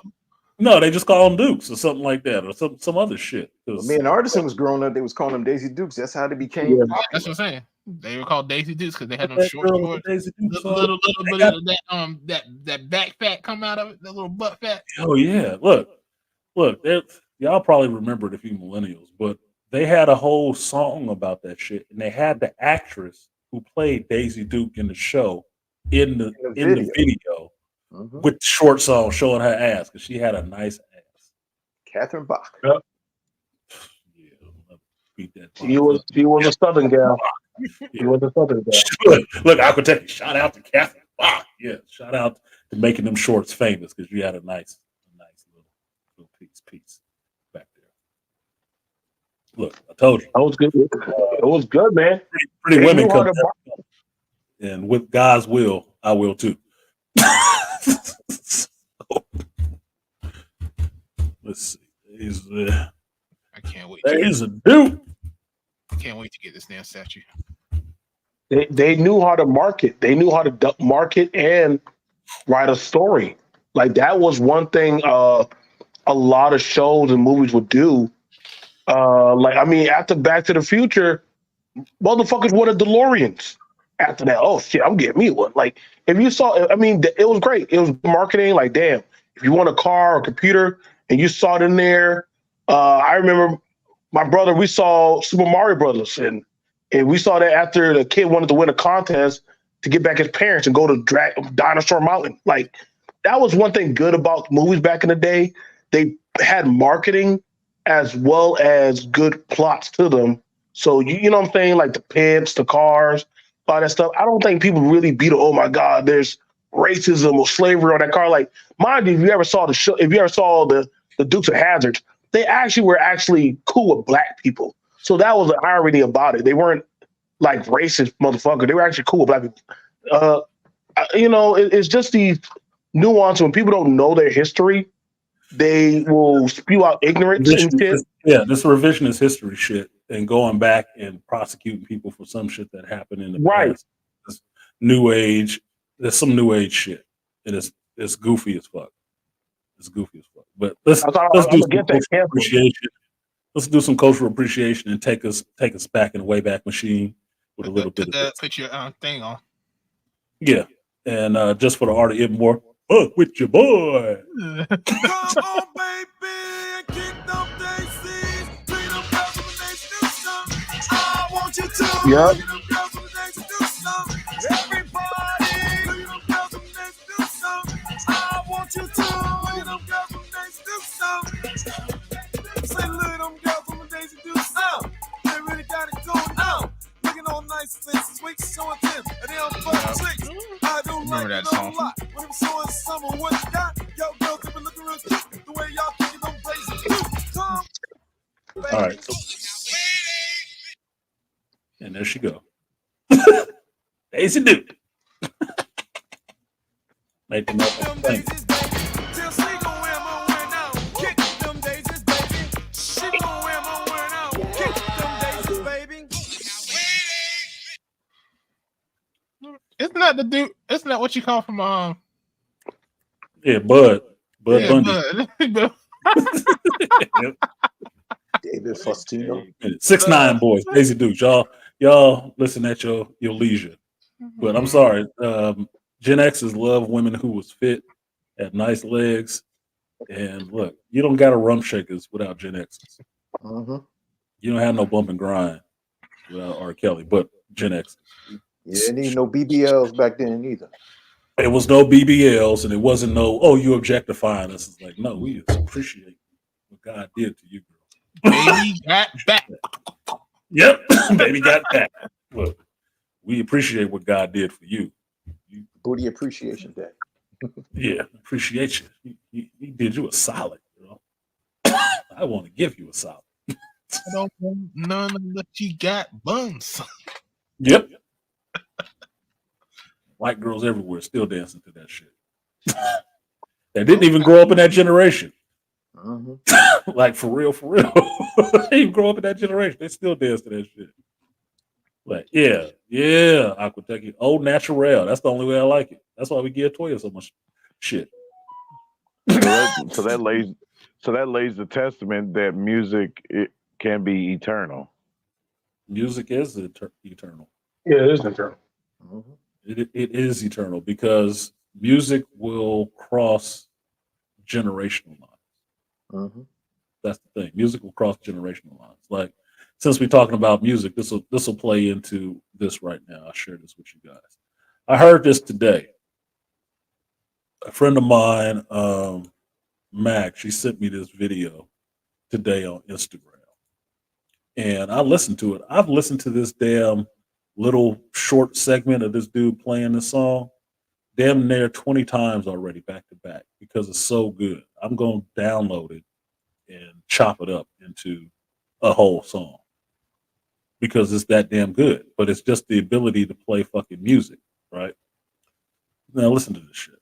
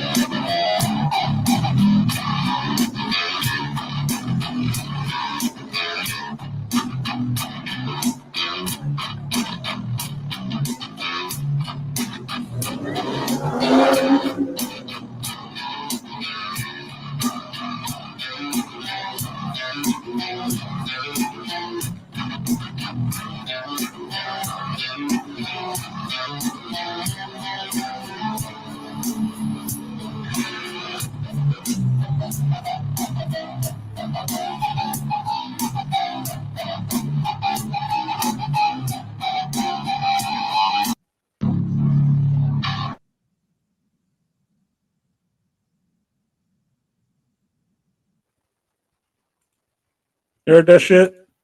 Motherfucker just out on the street just jamming with his bass guitar in a Darth Vader suit, saying he making money for a new Death Star. That's what his sign says. They need money for a new Death Star. That motherfucker was out there jamming. I'm like, God damn, where's the rest of the song? Like, Hey, who could stop Darth Vader? Damn it, if he wanted to play a guitar, damn it. man, that motherfucker out there, Darth Metal in it, nigga. I was like, what? May the bass be with you. May the bass be with you for real, Malika. Like that motherfucker was playing the hell out of that shit. I was like, God damn, he jamming. He just started. But something like that, that song is gonna stick with me forever. Now that I've heard it, Ray, that shit's gonna stick with me forever. I'm gonna remember that song forever. So in a sense, it Yeah, is like something that motherfucker, that dude don't even know me. But something he was just doing one day out on the street for money is gonna stick with somebody else he never fucking met for the rest of their life. right. You know what I mean? So, because I don't know about y'all though, but me, there's like certain songs and shit, dude, I come across, and I'm like, yeah, I gotta have it, you know, because I will end up forgetting about it, so I put it in my archives, you know, like in storage and shit. So I'm like, yeah, I can't let go of that, man. I do the same thing. I do the same thing. That's how I find songs. That's why I listen to so much different types of music, because in my mind, good music is just good music. I don't give a fuck who sung it. I don't care what genre it's from. I know country songs that I fucking love. I know metal songs that I love that I can give you the lyrics to off the top of my head, because good music is just good music. It's just what. How do y'all feel about orchestras? Orchestra music too. Look, the reason why that friend sent me that is because I sent her the link for these things that were going on right now in the Bay Area. And it's called candlelight concerts. And the candlelight concerts are, they play orchestra music, right? Small venue, small orchestra, like piano, cello, some shit. And they do these small little venue things during the Christmas time. And they do it all by candlelight. That shit is one, romantic if you take a chick to that shit. And it's cool because it's live music. And where you can actually see and feel the music right there in front of you being played and understand. Yeah. Like knowing how to speak another language, being able to play an instrument out anywhere is like speaking another, it is another language itself. It's another language. Your biggest movies use orchestras. Your biggest movie productions, they use orchestras heavy. Like Star Wars, everybody knows their orchestra. Dun, dun, dun, dun, dun, Why do you dun. like Star Wars music and John Williams? That's an orchestra playing. That's an orchestra. How do y'all feel about the Pandora's orchestra though? The first one. Man, I like that one. I think the dude who created it, I think his name starts with a Cameron? J, I think. Huh? The orchestra music for the movie Pandora, or what? Yeah, Pandora. Yeah, the first one. The Avatar movies soundtrack. Yeah. Yep. Okay. Yeah. I don't think it was James Horner. I don't think it was him that did it. I don't think it was him. But I do like classical and orchestral music as well. I like instruments. I really do like instruments. one of the things I think I'm going to try to do next year, because I want to learn something new next year. One of them is playing an instrument, like legit. I might want to play guitar, just legitimate, because I learned piano a little bit. Never really learned guitar. I always liked guitars. Never really learned how to play a guitar, and I want to learn one instrument, just so I can do that shit myself when I'm fucking bored. Like, I got a keyboard, I can play that and make up my own tunes on the keyboard, but I don't know how to read sheet music necessarily or write sheet music, even though I've tried. If you can get down to piano, you can learn a guitar. Play anything. They're not too far from each other. And my cousin, he learned the piano while I learned the drums, and he was able to each traverse over to playing guitar and bass. And it's always, and hell, I'm gonna tell you right now, it is a good side hustle if you ever want to go over. If you get good enough, there's people still love live bands, and still, go to jazz clubs and stuff. Yep. Their whole I love vibe. live music, and I like Aqua is putting in here brass and woodwinds. Yeah, I know all of that shit, right? I used to play the first instrument I actually got when they used to have music in schools back in the 80s. When I was going to public school, you can have your instrument that you check out and learn how to play and stuff like that. It was trumpet, like trumpet, but also like drums. So I took a little bit of trumpet, a little bit of drums, a little bit of piano from the community center. This African dude that came to work at the community center, Kikosa. He taught me a little bit of playing piano. Right. Guitar, my father taught himself how to play guitar. My son plays guitar. My daughter taught herself how to play guitar and piano, and she sings.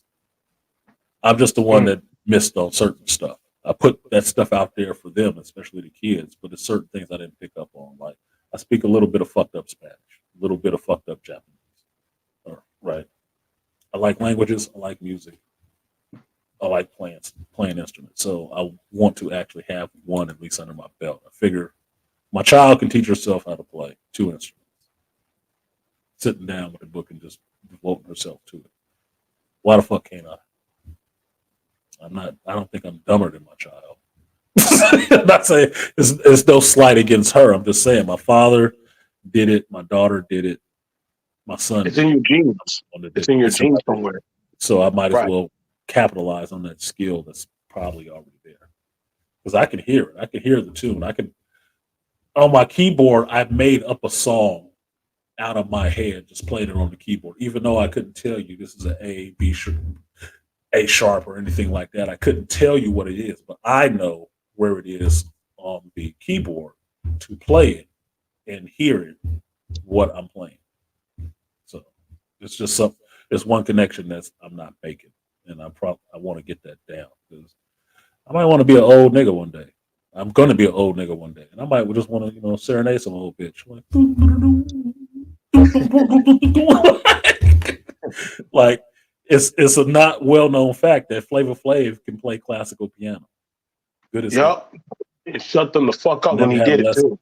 Yeah, it fucked me up when I saw that video of him playing that shit. Like, who the fuck is that? Flavor Flav? What? Like he's almost like a piano virtuoso. Not really learning how to do. I don't think he had a lesson to do either. He could just play. That motherfucker might be Mozart right there. He never that shut up a lot of people when they saw him doing that. They thought he was playing around until he just started doing it. So that scared me. Yeah, no bullshit. Let's see. Turn everybody else into a learner that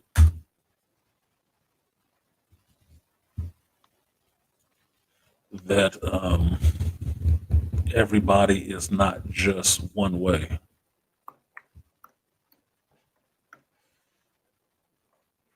And he plays a couple of instruments apparently. One of the things while you're finding it, how we know music is universal, the universal language was like when we was on deployment. Go ahead. and like Instra TV. 1 second. Okay, here we go.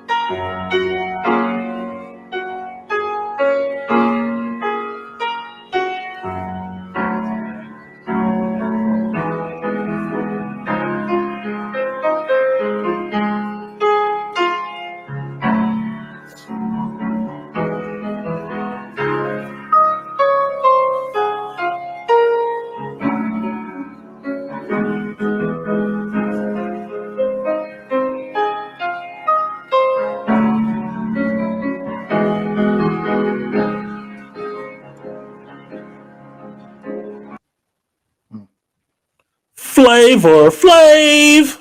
I can tell you guys, black men is more than just one thing. Yep. Hey, that was awesome. You'd never have thought that just looking at his ass, because it's not about looks. Boy. Exactly. Exactly. Why Aqua Techie say put a drum on that? Yep.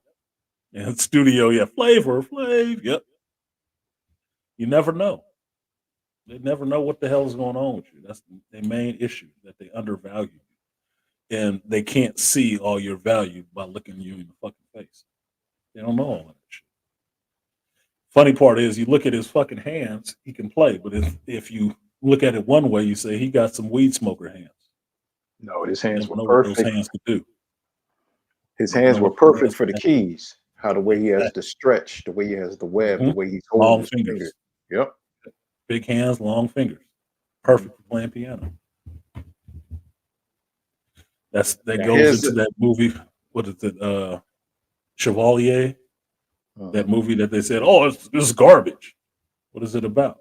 About a black composer of classical music.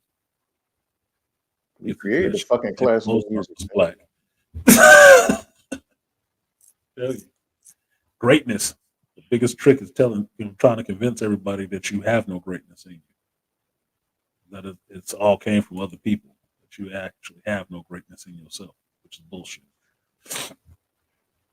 I remember I was telling somebody, for Prince being a small guy, he has small hands. Mm-hmm. But I said, you ever see how the way he plays? I said, because his first instrument he learned was piano, because his father was a jazz pianist. Mm-hmm. And would push Prince to be even better. And he even said this. His father said, "You'll never be good as me." Challenge accepted. So Prince would practice day in and day out. And you know what he said? And this is funny. "I'm still not as good as him." Mm-hmm. I was like, wow. And I had to think, I'm like, bruh, this man is still in your skull and you are. But then I had to think, we still never heard anything from we heard stuff that Prince's father produced. Him and his father produced stuff, but then Prince would say his father was a genius. He said his father was light years of genius and a great musician.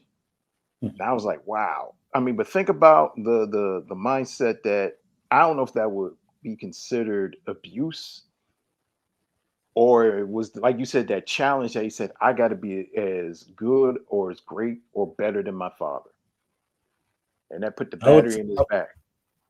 yeah, I wouldn't call it abuse because it's a challenge. Understand that men and boys thrive the best off of competition That's true. and actually having a standard that they're trying to attain.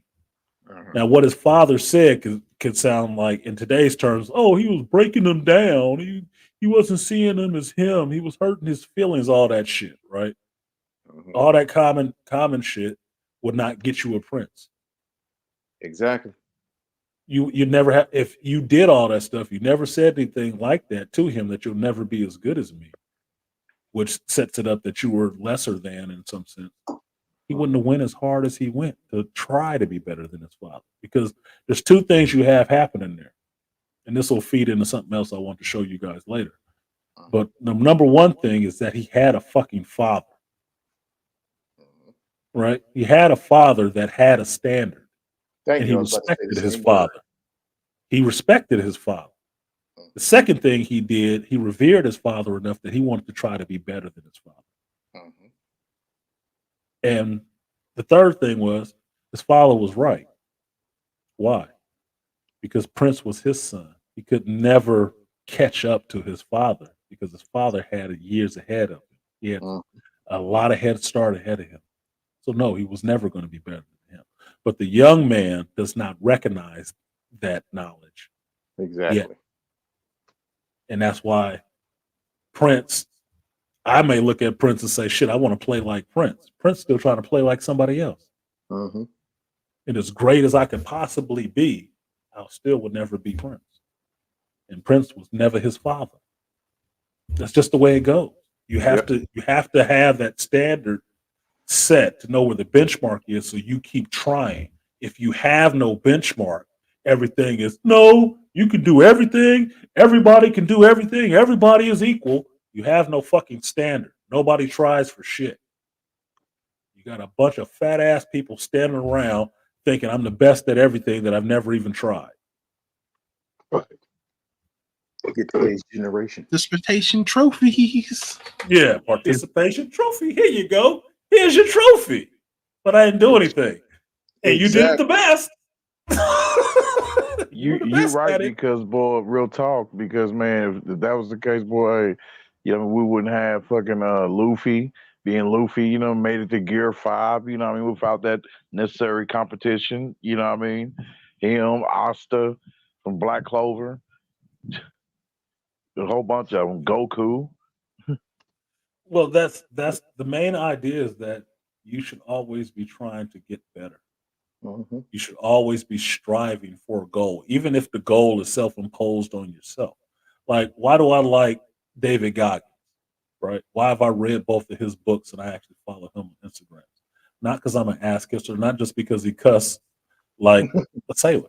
No, it's because he's always striving to do better for himself, not because anybody else externally is telling him you need to do this. No, it's in him. He always wants to try and do something and try to master whatever the fuck it is he's doing. Jumping out of a plane, learning how to swim when he's afraid of it, running his ass off just because, yeah, I did it this year, but I fucked up a little bit last year, so I'm gonna do it again this year. Like, nigga, you almost died, so fucking what? I'm gonna die anyway.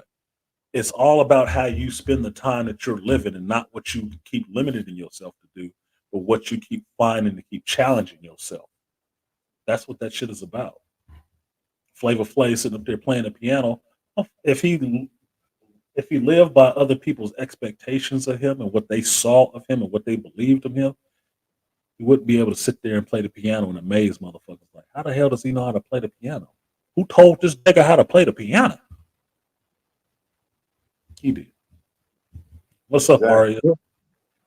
You are more than other people's expectations. You got to have more for yourself. You got to strive. It's not a dig. Understand this. Boys are always going to look up to older men in especially their fathers. They They're always going to do. That's been a namesake. Even if you don't even show your child or say it's a thing. Like if you say like you're playing a video game, your child is going to pick up that controller and start to mimic you. They're going to start reenacting any and everything you do. Like, damn, like what the hell is this little kid doing? Because it's like I want to learn this process of what this bigger person than me is doing. Why are they interested in that? It's a circle of life how it repeats itself. So when you're seeing Prince, you know what I'm saying, like, damn, my dad would have done this, my dad would have done that. Jordan loves his father. Jordan loves his daddy. That broke him down when he lost his daddy. You know, though we never seen Jordan's father ever step on the court and dribble a ball, but he speaks highly of his father.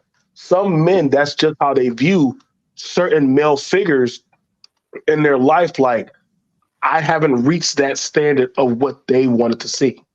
No matter how big Michael got, Michael still had that reverence of respect for Joe Jackson. He still did. He was like, you said Joe Jackson.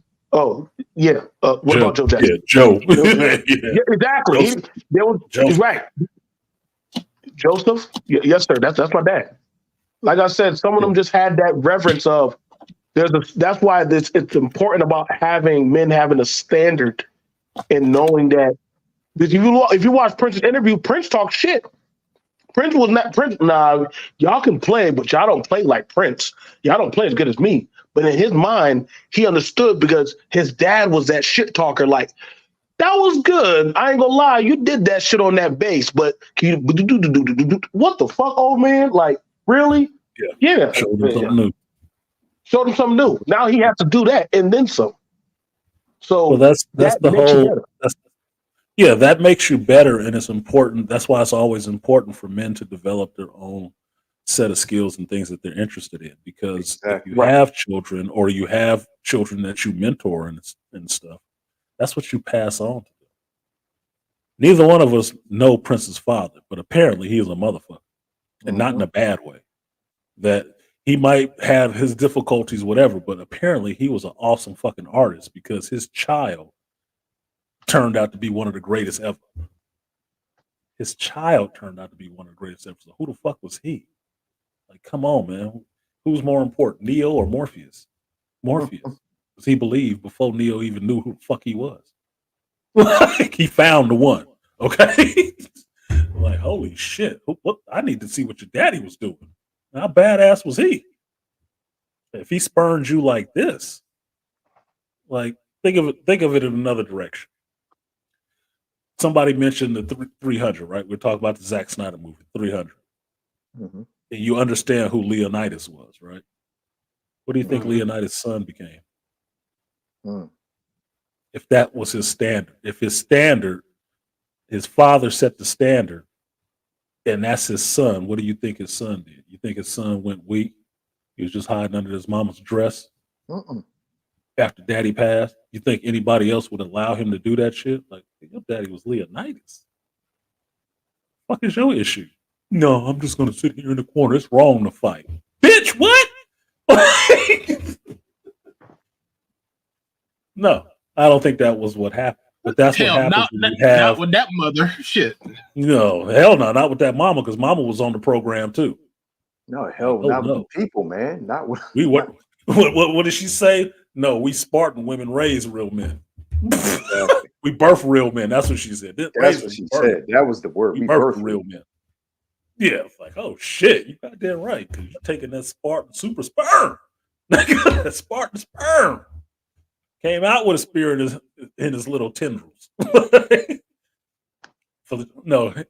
came out with a spear wrapped in his flagella. There you go. Can I ask you a question? English language for you. Yeah. Go ahead. What was Leonidas teaching his son when we first see Leonidas with his son? Regular shit. No, what was he teaching him? No. Wrestling. His son was wrestling him. Like he's wrestling him. Yeah. Because look, your first toughest competitor is going to be your father if you have one in your life. Because you're not going to wrestle your mama and really go hard like a man on But your father, if you wrestling your father, like I play fight with my son. I wrestle with my son, right? I wrestle with my daughter too, just because I didn't want her to be afraid of no dude. I really didn't. That's not my thing. So, but doing that, I was reenacting what happened with me and my cousins and my uncles and shit like that. Mm-hmm. I didn't have a father there, but I had older cousins and shit. And them older cousins would sit there and fight me like I was grown. Didn't matter if I was young. Didn't matter. As a young boy, you need that. You can't go there with your mother like that. But most of your interactions in life that are problematic for you, it's going to happen with men. You need to be able to stand up to that shit and understand how much harder you need to go. I mean, think of it this way. Everybody know how big of a Captain America looking motherfucker Charles Faulkner is, right? Mm-hmm. Do you think he go easy on his son if you wrestled him? Hell no. No. But do you think if you wrestled his son, that motherfucker wouldn't be leaps and bounds and he'd probably give you a fucking problem?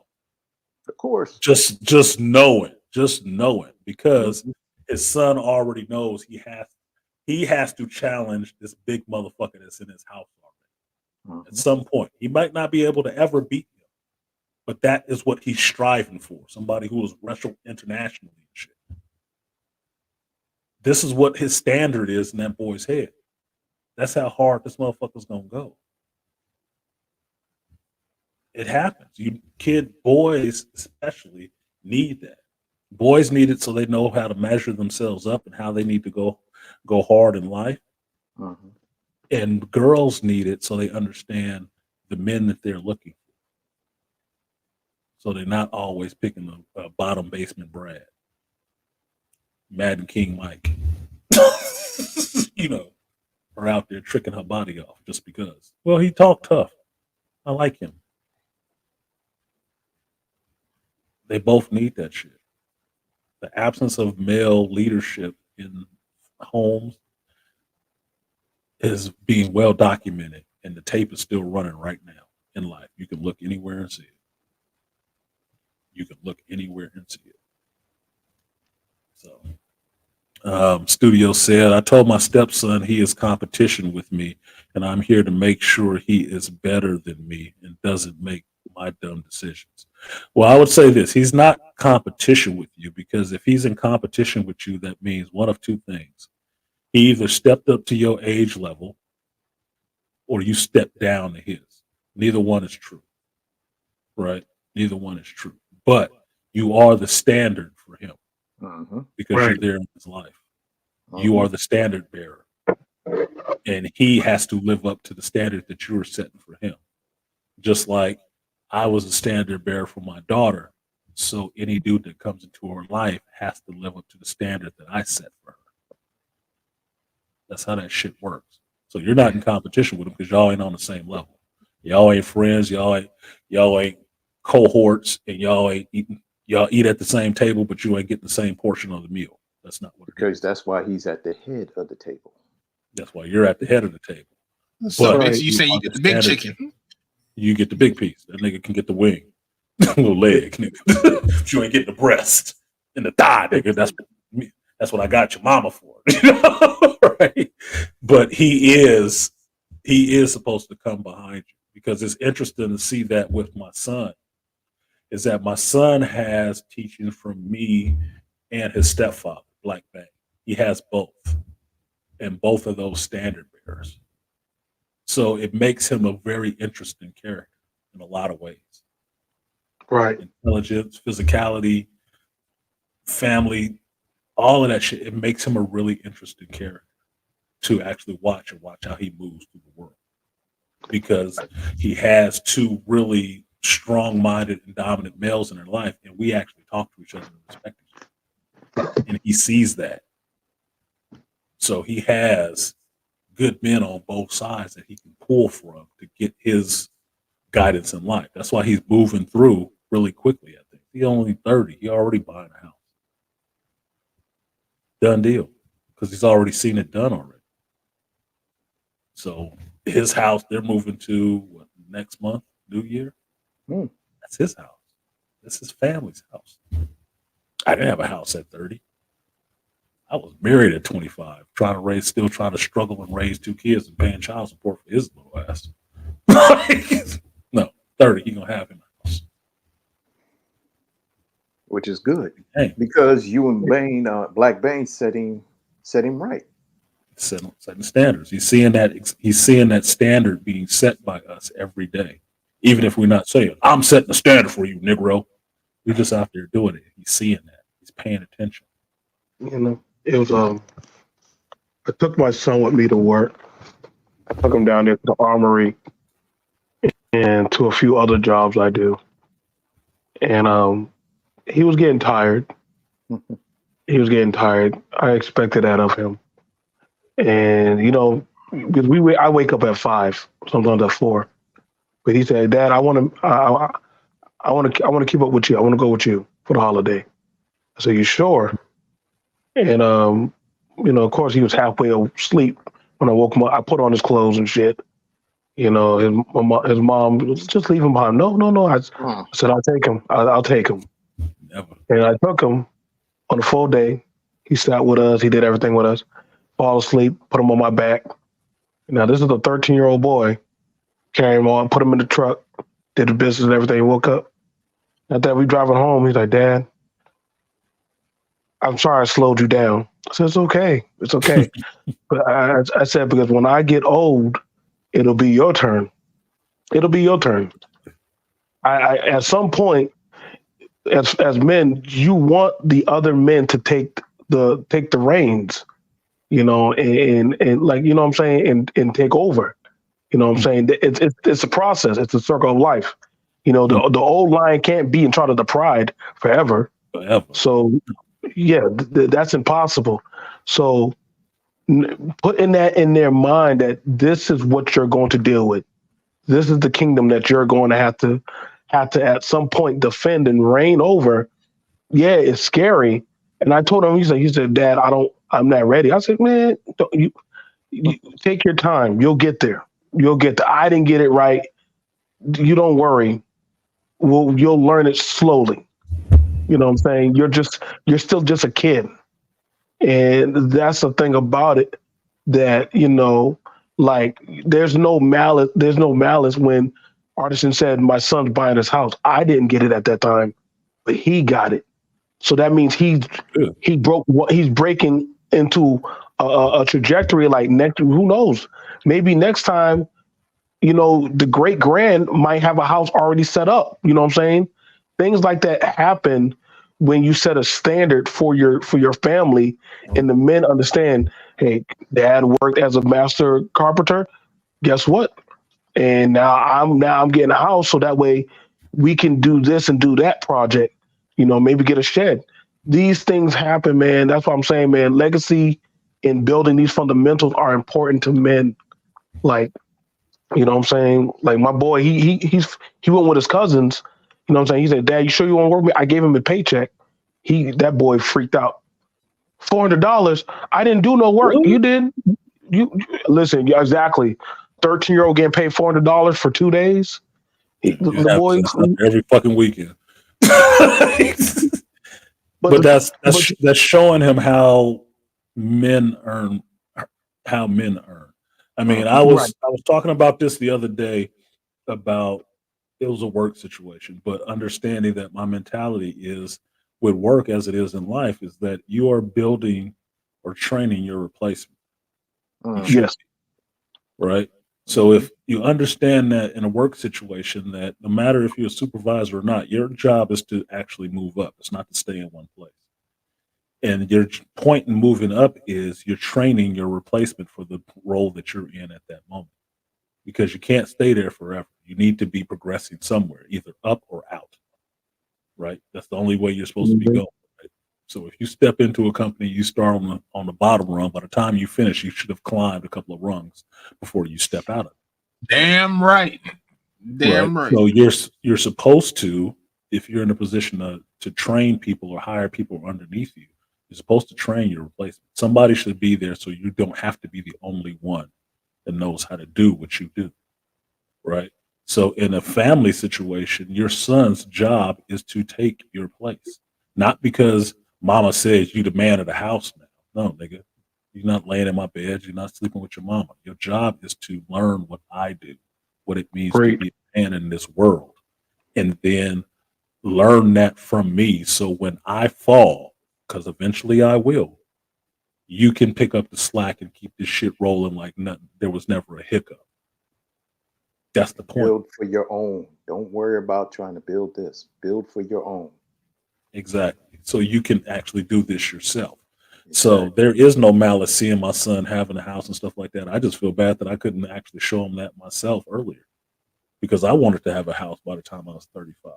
But you know what you did though? Other people had other plans, but it was, other people had other plans, and life threw me a different set of curveballs than it threw him. But he is the beneficiary of seeing that struggle. So he is building on that knowledge he gained by making sure certain things are in place for his family so they don't have that trouble. But you know what you did though, homie? You taught him and showed him how to be a man. Yep. Because you know what the greatest thing that I heard you say about him? I mean, you said a lot of great things about him. When you said he told you he was going to have a baby, and he asked you, "Can you teach me how to be a father?" And I seen that you got choked up. One of my help, yeah. And I said, "There you go." I said, "Boom!" Right then and there. That shows you that, boom, he knew that you was his father, and you showed him how to be a man and how to be a father, and he wants you to teach him that. That's where it comes along. That showed he appreciated that shit. That's priceless. Exactly. Stuff like that is priceless. That's something I would put in a movie right there. Look, the numbers keep dropping. No, I'm laughing because I'm watching the numbers keep dropping. I was like, oh, y'all don't like good father talk? God damn. Clearly they don't. Shit, God forbid. God forbid. But that's something that you said that was true. Like, it's the best praise. Christmas Eve. You want people to sing your created praise. some little angelic being, gave his only begotten son. Ain't this Christmas Eve? We can't have father talk on Christmas Eve? Really? Nah. Some of y'all actually know this story, right? Like, it was a virgin birth, man. Yeah, it was a virgin birth. There wasn't no daddy, nigga. She was God forbid a black man gets some praise. God forbid that shit happen. Yeah. This nigga ain't even talking about Aquaman. You know what? You want to tie this into Aquaman? Aquaman. Look, this is one of my geek skills. This is what I do. Make complex shit really fucking simple. This is how this ties into Aquaman. Aquaman was a father trying to be a good king and be a good example and standard bearer for his young son in the kingdom that were following him. You know what was the problem in Aquaman?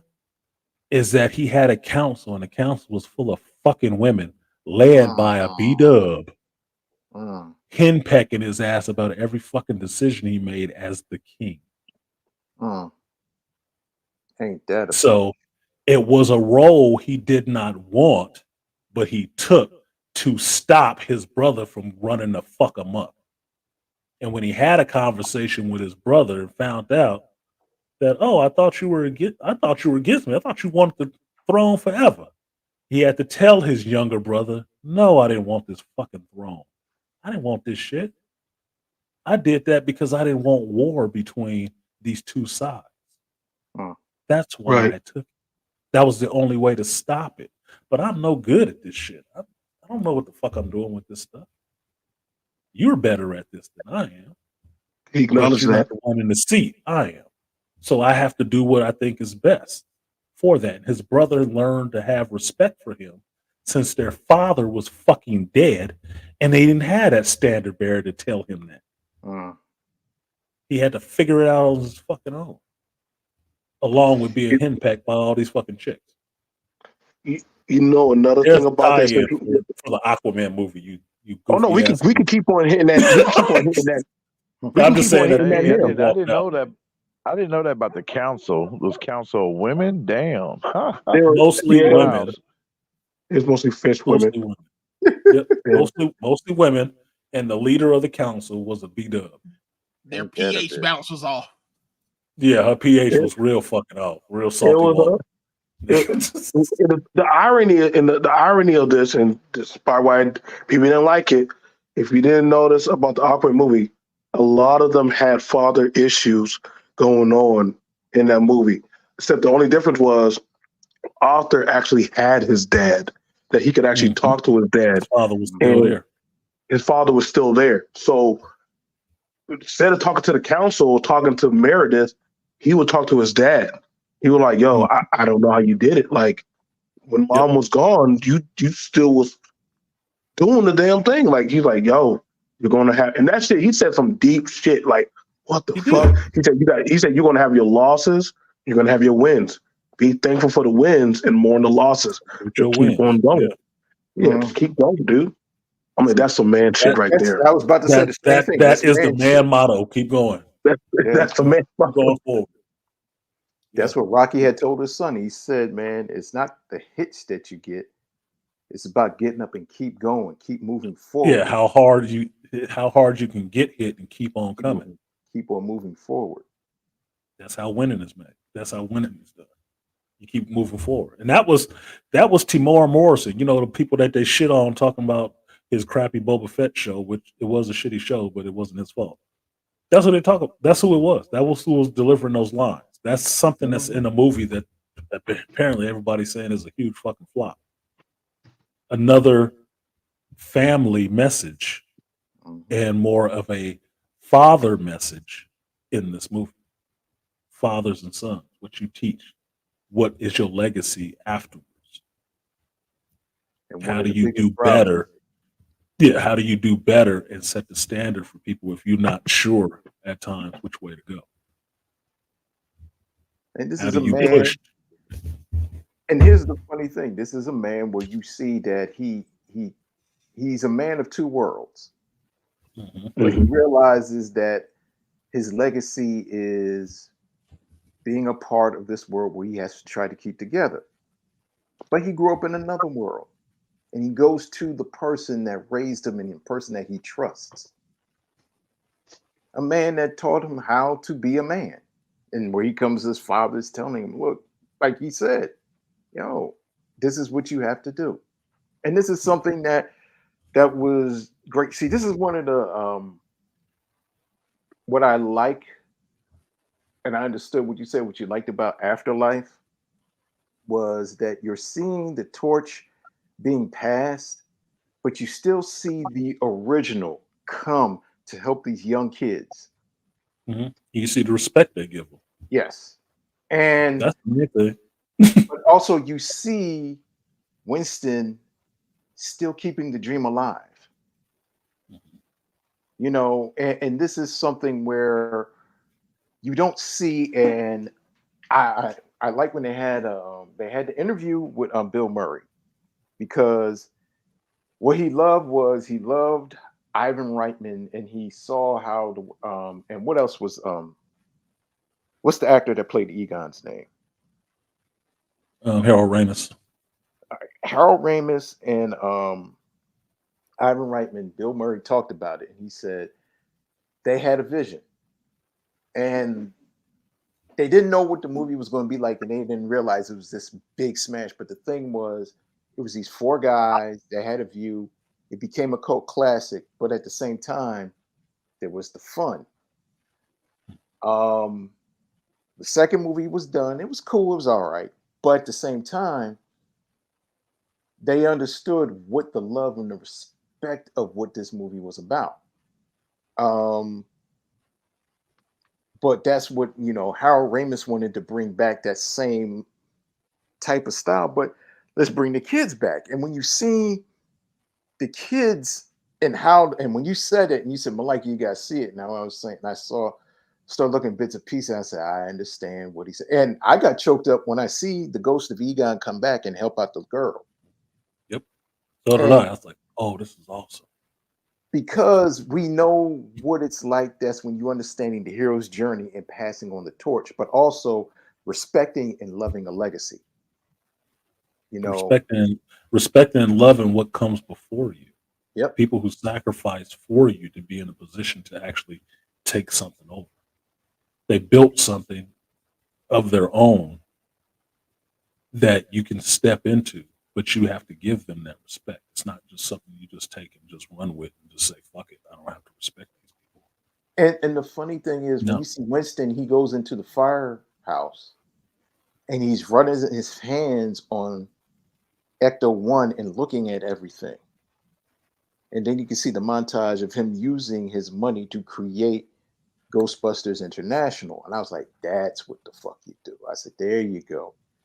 That's how the way you that's where you really get it and you understand it. Like, because when you see the first Ghostbusters, the old one from 1986, these were just a bunch of scientists.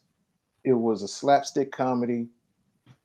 They were just putting stuff together, but then like you could tell it was like they were kit bashing and having some ideas, but the shit was cool. It was low tech, but it was cool tech though. But then now you come 30 years later, it's still cool shit. It's still something that you enjoy and that you love, but the mythos of it. And you still had What's that line? A thing of beauty is a joy forever. Yep. That's why we love looking at the DeLorean. DeLorean is the most kit bash piece of shit vehicle out there, but we love it. Shit, the Ecto 1.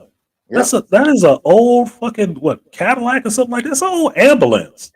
A hearse at that. You hear the sound, but you got a love for seeing that car. Yep. Hearing the sound of the engine that it makes. You got a love for that shit because they did a good job in that first movie, giving that personality. It brings you back. That's why you can have a trailer and just see the back of that motherfucker and already know, oh shit, we get another Ghostbusters movie.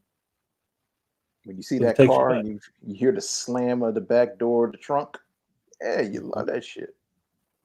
And that's where you build that love. And what the great thing is, I'm glad they're having the old with the new,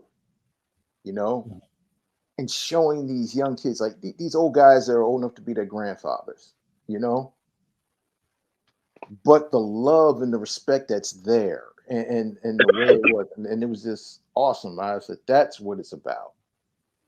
That's the cool shit, what it's about. Well, that's the other thing that's missing a lot from the world of today is outside of fathers. The other thing that's missing is respect. Exactly. And like I said with fathers, you can look around and see where it's missing and see what you get for that shit. That tape on that study is running right now. The same thing with a loss of respect for the people that came before you. You can see how that is working out right now. People don't have no respect for shit. Now, on respect, and then I'll get back to Aquaman. I want to show y'all this other little clip that I got today that I thought was really fucking touching in a way. That my same friend sent me, the same friend who sent me that Darth Vader playing the bass. She sent me this clip on Instagram too that I thought was awesome. I sent it to all my strong and independent single women. And I'll just put this out there so you can hear this. And there's something that's key in here that I hold on to that's key from this story. But I want to see if you guys so fair use, fair motherfucking use. And we'll just play this. Friend. And he go back. The best sense of humor. Go backwards. Where's the bar? So we if giggle. you refresh it, will it restart? And I love to giggle. Second.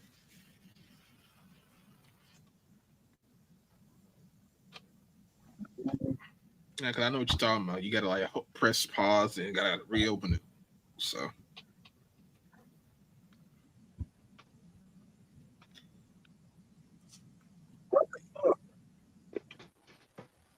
One second, you guys. I was trying to get the video to play back.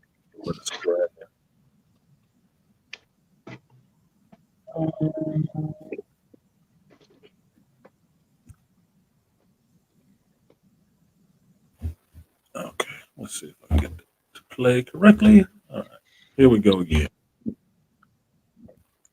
feel he left me. I feel he just went ahead of me. What's your It's name? the tail Patty, end that's going to Patty start. Donnelly. Thank you for asking me these questions. So Can I nice give to you a meet you. hug? Of course, yes. Yeah, you're really cool. Who is your greatest love, and why did you fall in love with them? Oh, it was my husband of 41 years who I just lost. Oh, And yeah. And Bill, I met him at a Coke Blue. He was a nurse. I was doing compressions and he was bagging, and our eyes kind of met. It was just connection. When it was all over, he just looked at me and he said, "Want to go out for a drink after work?" Which would have been midnight. And I said, "I think I do." We never separated after that. He was my best friend, and he had the best sense of humor. So we giggled for 41 years, and I love to giggle. My best memories of him are laughing over nothing. And his eyes smiled. He had really twinkly eyes that smiled at you, and I miss that so much. You have those. thank you. Yeah. Thank you so much. Yeah. That means a You lot. kind of remind me of him. You look like him. He had the same curly hair. It's kind of freaky. I was so in love with this man. I don't think we ever had an argument that wasn't settled within minutes. I just wanted to be with him all the time. I can't even say he was a partner. We were one. I wouldn't be the same human being without him. I don't feel he left me. I feel he just went ahead of me. What's your name? Patty Spencer. Donnelly. Thank you for asking me these questions. So Can I nice give you to a meet you. hug? Of course, yes. Yeah, you're really cool. Who is your greatest love, and why? All right. That's beautiful. So, but sorry, Rick Ross wanted to jump in. Yeah, that was a beautiful story.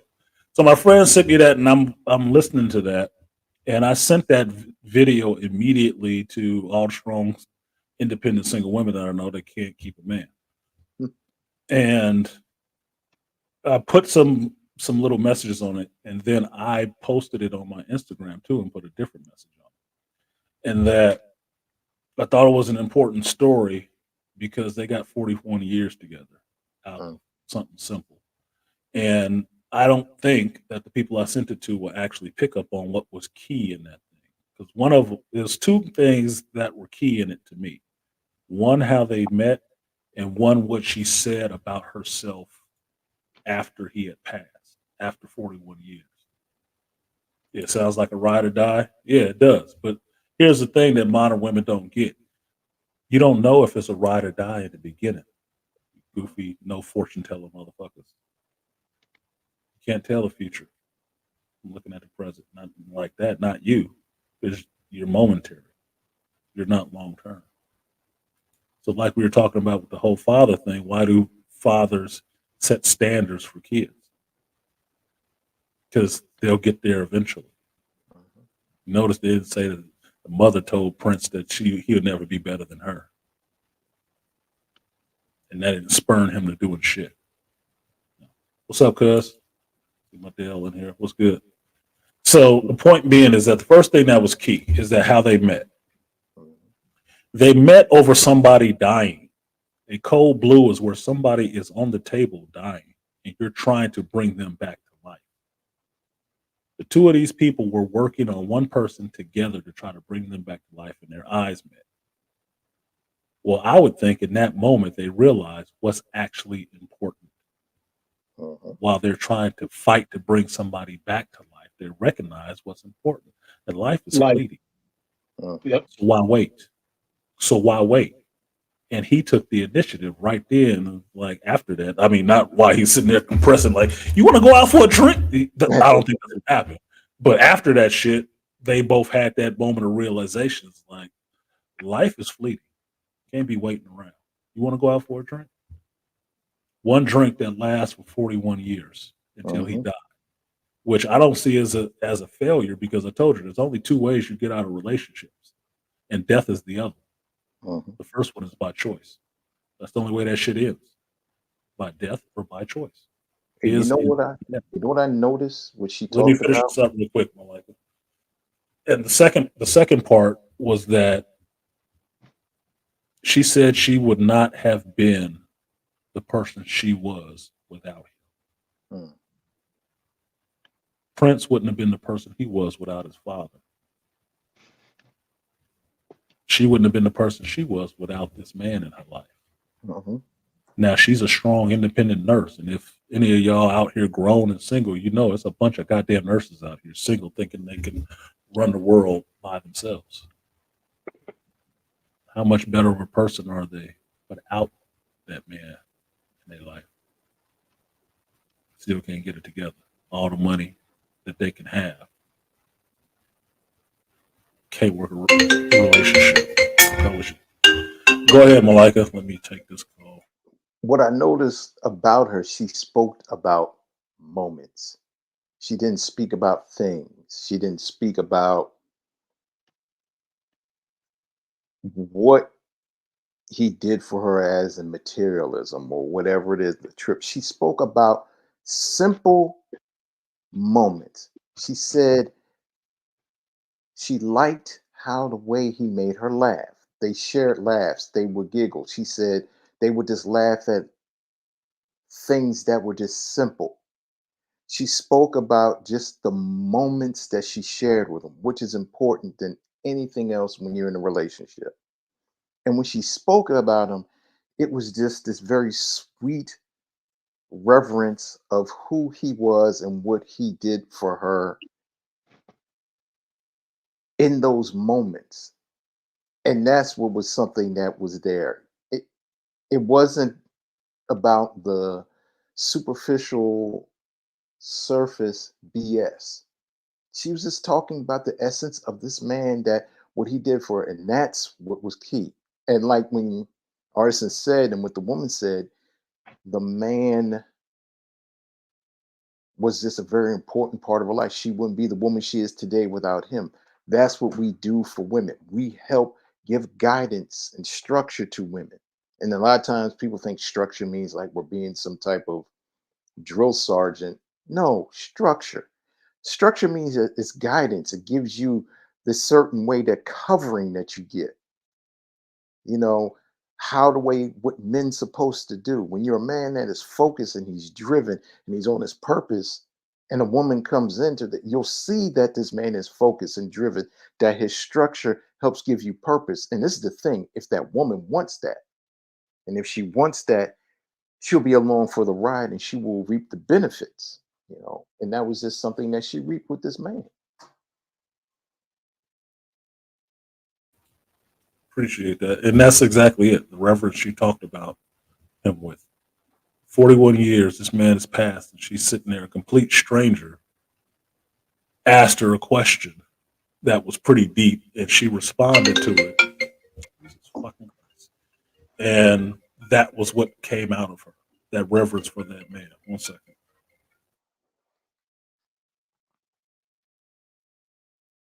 And this is another thing what we don't hear, we don't see: reverence from men, especially in our culture. Reverence for black men, especially if we're alive. If we died, then we'll hear everything. Oh, he was a great man, he was this, he was that. But there's never reverence for you being alive. There's no reverence for you just being you. This is the sucky thing that we have now. And that's why we have this problem now with the media of showing this men, positive role models of men, just being men.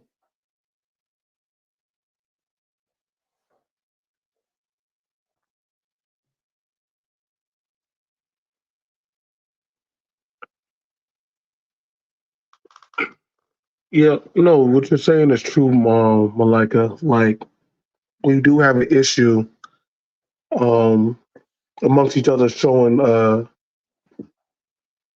reverence or appreciation.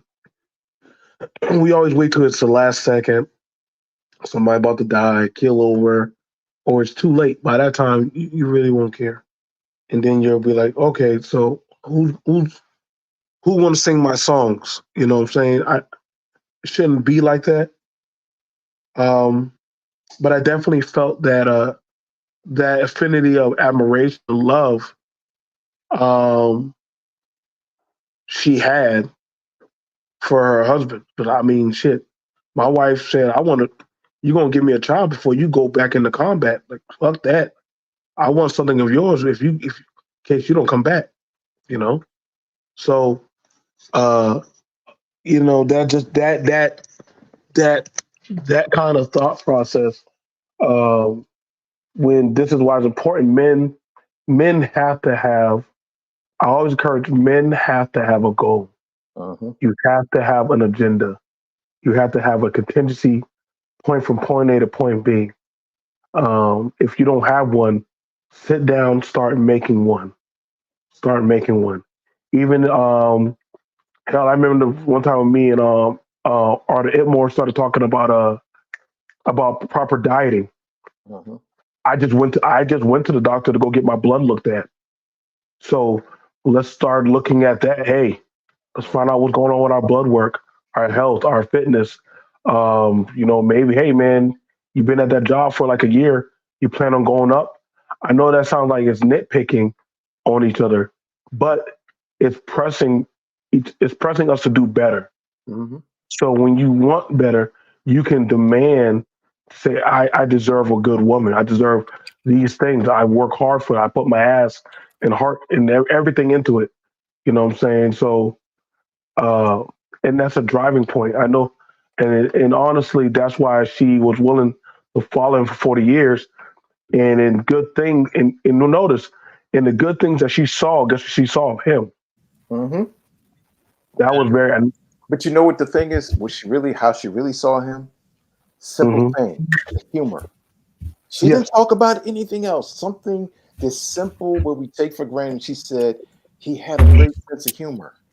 He would laugh at the little things, and that's what she remembered. And that's something great because that's who he is. That's who the person is. That's what makes the person. That's what draws, and that's one other thing that she was attracted. And she said, "Eyes sparkle," meaning that he was full of life. Yeah, and I will tell you this, BMT. I was talking to my friend who's a medical professional because he graduated in Winston-Salem State. And he said that there was an Asian lady that found out that when it comes to blood pressure, they would, even though black men or black women would have higher blood pressure, they would still categorize that as normal. So that you wouldn't find out that you had high blood pressure till it was like to the point where it's like irreversible. Right. So I have to get that information because that's actually probably be a good video for me to make on my channel. Because cool. I'll probably come by for that. I'll probably most likely stop by for that conversation. Yeah, because I have to figure out what the name of that Asian lady was and the research that she did and all this other stuff. Because I have to get that information from. Because like, there's so much stuff that's out here in the world that black men think like, oh, okay, I'm good, but actuality, you're not, because they just put you in a different category just because you're black. And it goes to the same thing when it comes to African American women. When they're talking about, they have higher thresholds of pain when it comes to labor systems. It's all the same basket. And so that's just something that we as black men need to worry about as far as the health is concerned. It's just making sure that, when we talk to these doctors, they're not actually just, bullshitting us when it comes to our fucking health. Carbon copying us. Oh, no, you should be fine for this. Yeah, you should be fine because you're black. It's like, no. Yeah, there's some ethnic differences there that need to be. Because there are such things in the medical industry as black drugs. Yeah, well, it was count when they give it to you. I think that's why black drugs. Oh shit! I think this is why I'm looking at, and maybe I'm overlooking on the tinfoil hat thing or the Jamaican tinfoil hat about. I noticed that whatever movie start talking or beating down about manhood, like Black Adam or this Aquaman movie, granted it was a send off for DC to buy DC universe. That was it. Whenever they start talking about masculinity or manhood shit, those movies don't do too good. I don't. Well, I know why in my mind why they don't. They don't. But Black Adam was fucking awesome, dude. Well, I was fine. I was fine with it. Like again, I give Dwayne Johnson his credit. He put a lot of heart and work into that movie. Like he said, he liked Black Adam. Actually, he's a big Black Adam fan. but that was a comic his dad gave him. So he put what he envisioned as what Black Adam and what men should be seen as, he didn't make no man look weak or like a cuck or any kind of simp or anything like that. And the same thing for when it came to that stand up masculine stoic. Right. And the same thing when it came to Arthur. Out of all the Justice League, I love the way how Aquaman was. He, granted, he was fun. He was like radical. He had his Samoan, riz to it. But this was a good. Jason Momoa was a good, Aquaman, and he really was. He was like, yo, like, get away. I felt that when he said, get away from my kid. Like, I felt that he was like, if you came at his family, he was on that Vin Diesel type of demon time. Like, yeah, I'm going to kill you. Like, I'll be honest with you. I just seen Black Adam yesterday. This is what's funny about it. I got issues with that movie. Okay. Let me say this and we'll get to your issues with Black Adam on the late boat. Yeah, it's like it was not that great of a movie. I'll just say that. I didn't. If I never watched the movie ever again, I wouldn't be mad. Yeah, nobody said it. I'm saying it was that great, damn it. Yeah, so y'all can have that. But I would say this about the whole the point that BMT is making about how masculinity and fatherhood has been shit on in these movies. In a sense that that's one of the things I got from Aquaman, that when I was sitting in the movie after the movie was over and I'm sitting there with the professor and I'm sitting here thinking about what people were not liking about this movie, because all I saw was thumbnails about it. It was cringe, it was all the rest of the stuff, right? And I haven't listened to anybody's reviews on Aquaman, right? So I'm just sitting here thinking while I'm going through my thought process of what I enjoyed about the movie, what I disliked about it, what it was overall. And I'm sitting here thinking about what are people actually hating on about or not liking about this movie? What are they actually hating about this movie? And knowing the reviewers that are out in the YouTube space and how they review movies with certain themes, I'm picking up on, okay, it's probably this, it's probably that. One of the things that they're probably picking up on was that Jason Momoa is being Jason Momoa. He's not being Arthur Curry from the comic book, but he never was. He never was. He was just Jason Momoa. Now, he is a father. He does have children. So that goofy Jason Momoa that you see in this, being goofy with the kids and stuff like that, I didn't care for the kid pissing in his mouth, but I told you, I was christened as a father the first day my son came out. He pissed all over my shirt. All over. That's just what happened when you got that was a daddy homage. Yeah. That's a daddy moment. That's your daddy baptism, nigga. Like, especially you got a son, that nigga about to piss on you. You better cover that. You can learn how to cover the fire hose when you change diapers, okay? Otherwise, you're getting pissed on. Your son was marking his territory. You mind? He was marking his territory. That nigga pissed all over my shirt. Oh, nigga. Motherfucker. I understood it when he did. I said, yup. Happens to all of us. We all get christened like that. It's usually though, what happens is usually the moms are the ones who catch the piss in the mouth because they get down close when they change babies. And if that's their first kid and it's a boy, he will usually end up pissing in their mouth. That's a mother thing. That's not a father thing. You don't dudes don't get that. They already understand it's a pisser. Right? So you don't get that close. Women get down close. Those are the ones who usually get pissed in their mouth. First time mothers with sons, they usually get pissed in their mouth. But fathers get pissed off. Because we already on our shirt and all that stuff. Yep. What's going on? Like, hey, motherfucker, watch it. That's where you're pointing that thing, right?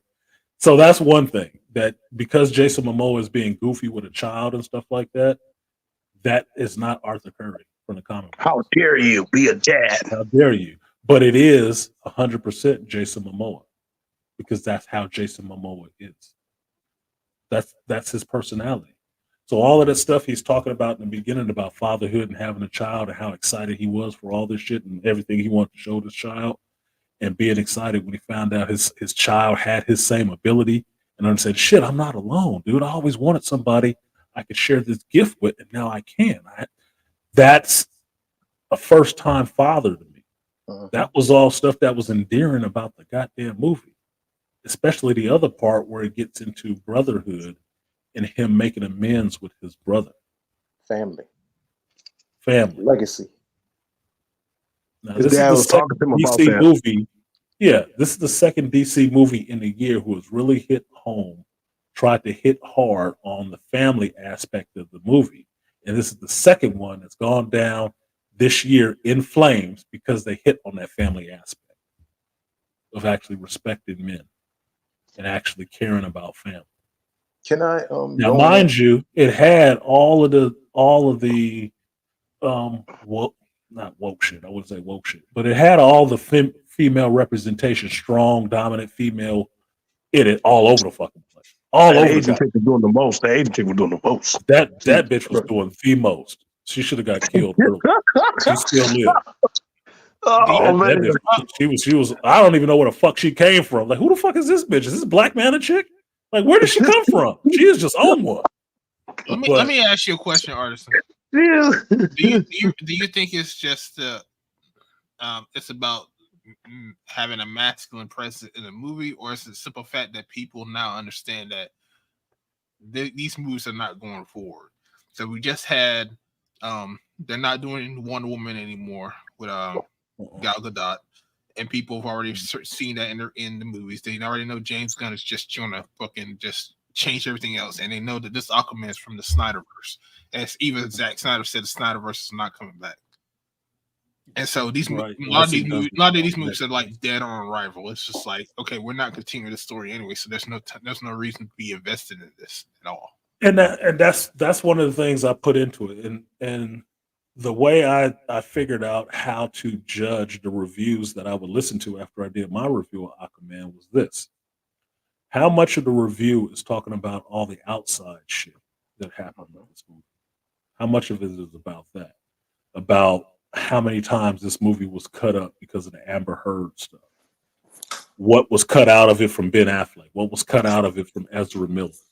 You know, all of this other stuff that has absolutely to do with the actual movie itself. Oh, James Gunn is here. Now the Snyderverse is gone and we hate Zack Snyder now, so fuck all of that Snyderverse stuff too. How much of all the critique on these movie, or this movie specifically, is about all this outside shit and nothing about what's going on in the movie, what's the story for this movie, what's happening with the characters in this movie?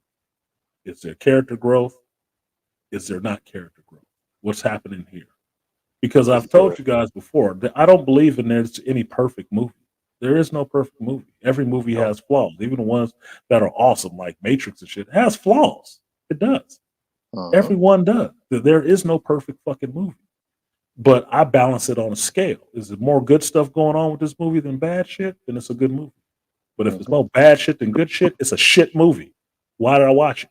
Like, you know, because I'm grading it on a scale. But I'm not a professional reviewer, so I'm not giving them hella points off for technical shit because I don't sit there and do computer animation. And most of the other fucking critics ain't doing it either.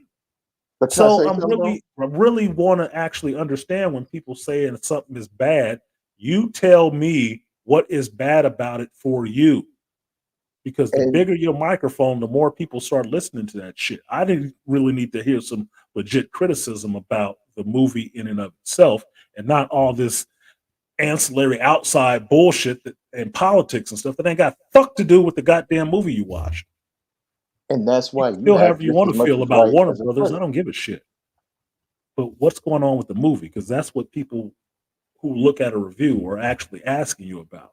What happened in the movie? Fuck the politics on the outside and who you like and don't like and who took over the studio and who didn't. Fuck all that shit. What's happening with the movie itself, in and of itself? You hear what I said? Go ahead, man. That's why you have right just as much as a critic. First of all, you're an audience member, but also you're a fan of cinema, but also you're a fan of comics. But also you understand story structure and theme and the hero's journey. And the thing is, what you're coming up to a person, you're saying, okay, like how you say, how do you like the pizza? Oh, it's good. What's good about it? You being hella critical. No, I just want to know what's good about the fucking pizza because Or every pizza somebody ain't made the said, same. like he said, oh, what's bad about it? Well, what's bad about it? Yeah. And if somebody's like, I don't know. Now, this is something when somebody says, don't get along the bandwagon, you know, just don't be in the echo chamber. And you're not getting on a person. Why don't you like it? Why do you like it? Meaning, like, give me a descriptive meaning. Why didn't you like it? Why do you like it? Because if you're just coming along, oh, because well, I didn't like Jason Momoa, blah blah blah blah blah. Well, why? What was it about? I felt that he should have portrayed Aquaman how the way it was. Like, okay, I give you respect for that. That's your opinion. And then somebody can say, well, Jason Momoa is going to put his spin on it because Jason Momoa is not the Ken doll Aquaman we all know and love. But they said, no, but the Christopher Priest run, I mean, not Christopher Priest, the what's the name run that Aquaman had when he lost his hand, that was an awesome run. He could have kind of took cues from that. I said, now, oh, well, this is the Snyder adaptation that's flowing along from how the way what we saw with Aquaman. And it's like, oh, but then, you know, if this person is coming back at you, but you know this, I said, okay, now I'm hearing your passion of why you like this. Instead of saying, I just don't like it because of, Yeah, I'm looking for me personally. I'm looking for the intellectual response, not the 2 minute. You know, I can only watch something for 15 seconds response for it. Yeah, That's, like for me, I need a little bit more. I need a little bit meme response. That just Yeah, I happened want some nuance. 2 days ago when I was at my job. I gave everybody pizza, right? So I ate the pizza. Everybody said, "Oh man, this pizza's good." I was like, "No, it's not good." Like, why it's not good? I could tell that it's old. So, what do you mean you can tell that it's old? And I told him I used to work at Pizza Hut for about 5 years, and I could tell when a pizza's a lot been of fresh. goddamn pizza. I tell when the pizza's been fresh and the pizza's old, and how that crust felt. That dough has been sitting there for at least 5 hours. And because of how that dough, the texture of that dough, how it tasted after it was cooked, that piece was old. That piece was not good. And I went to the details to it. So that just goes with experience. Yeah, and that's what it is, Art. Most people don't have the experience with this shit, and this is just geek stuff, right? Most people don't have the experience with it to actually give you no nuanced conversation about why it's bad and why it's good, and they don't want to.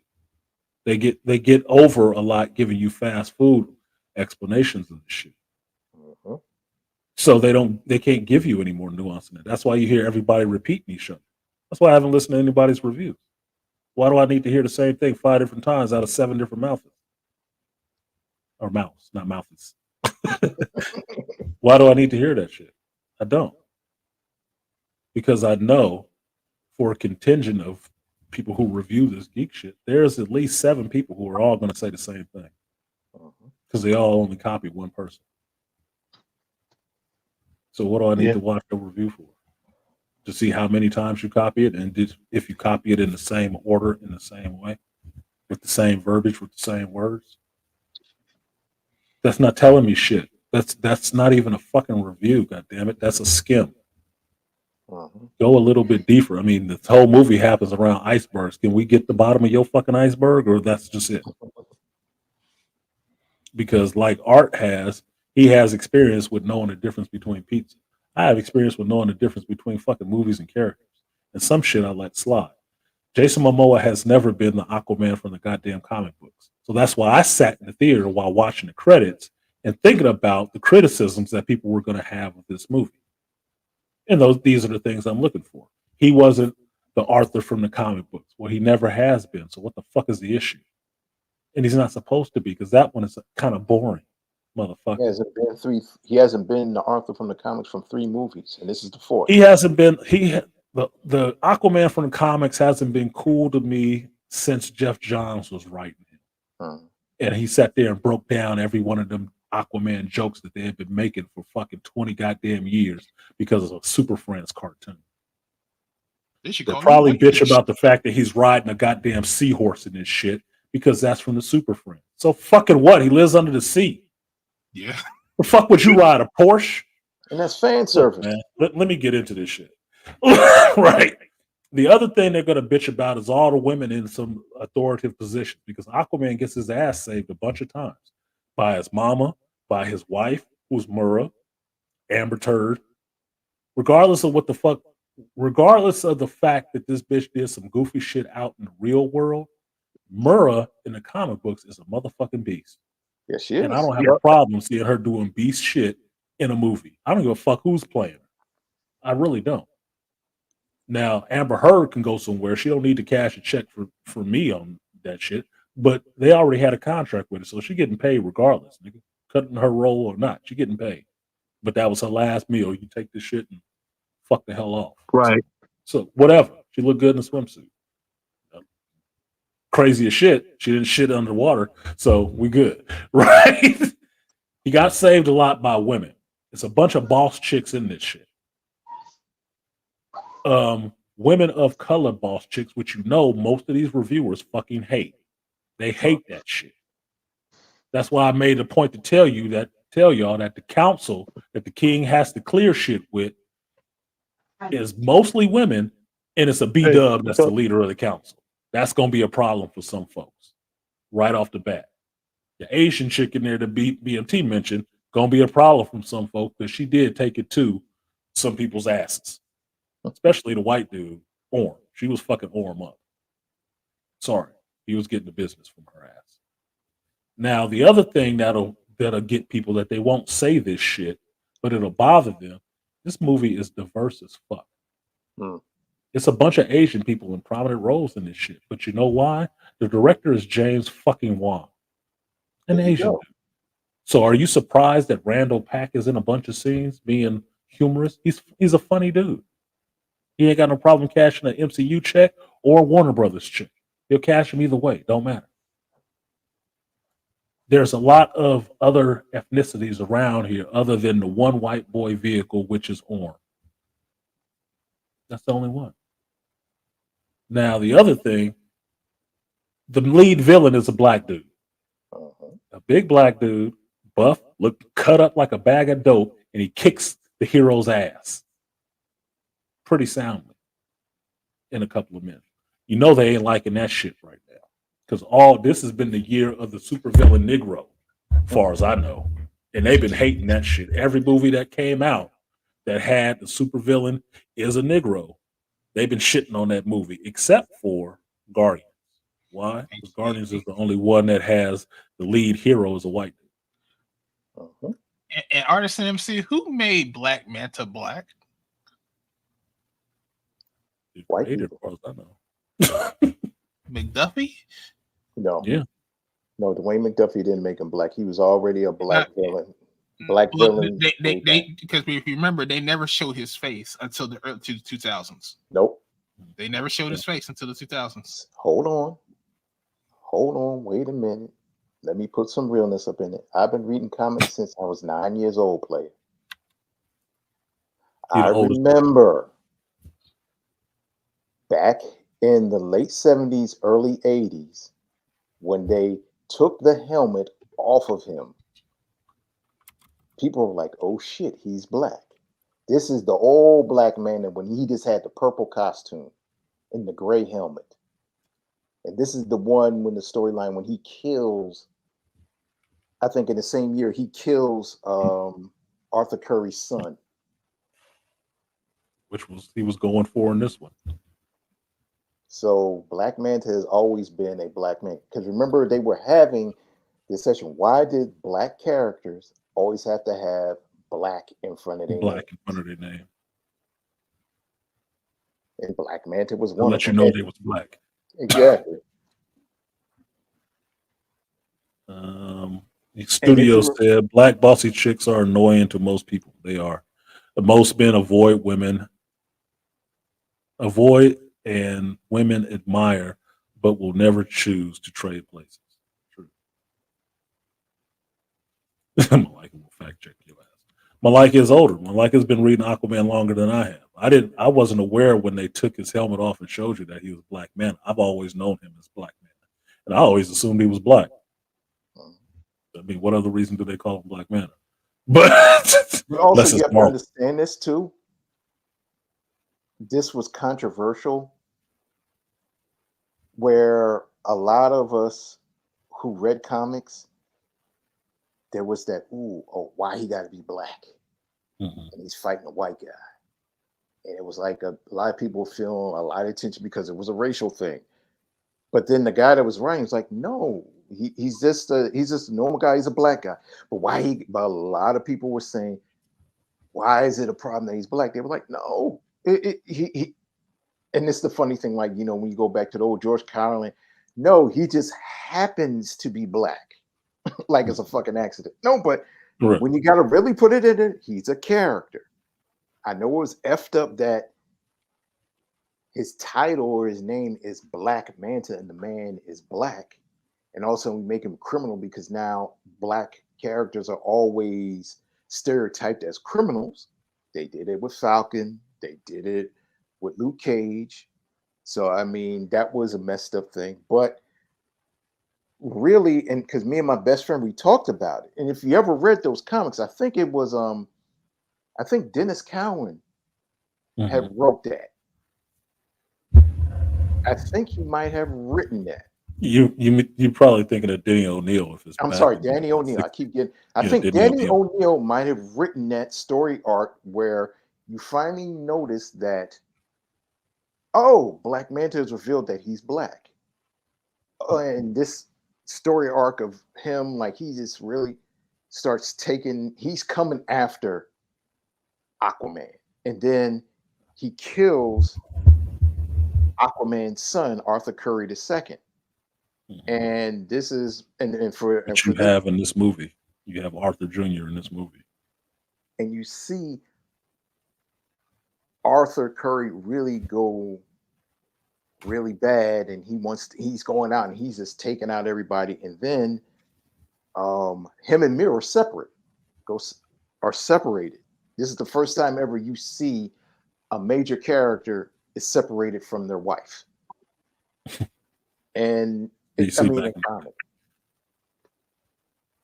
So the thank you for that, Malika, because I didn't read that comic, so I'm sure Artie Moore is fact checking right now to see what came up. He will check.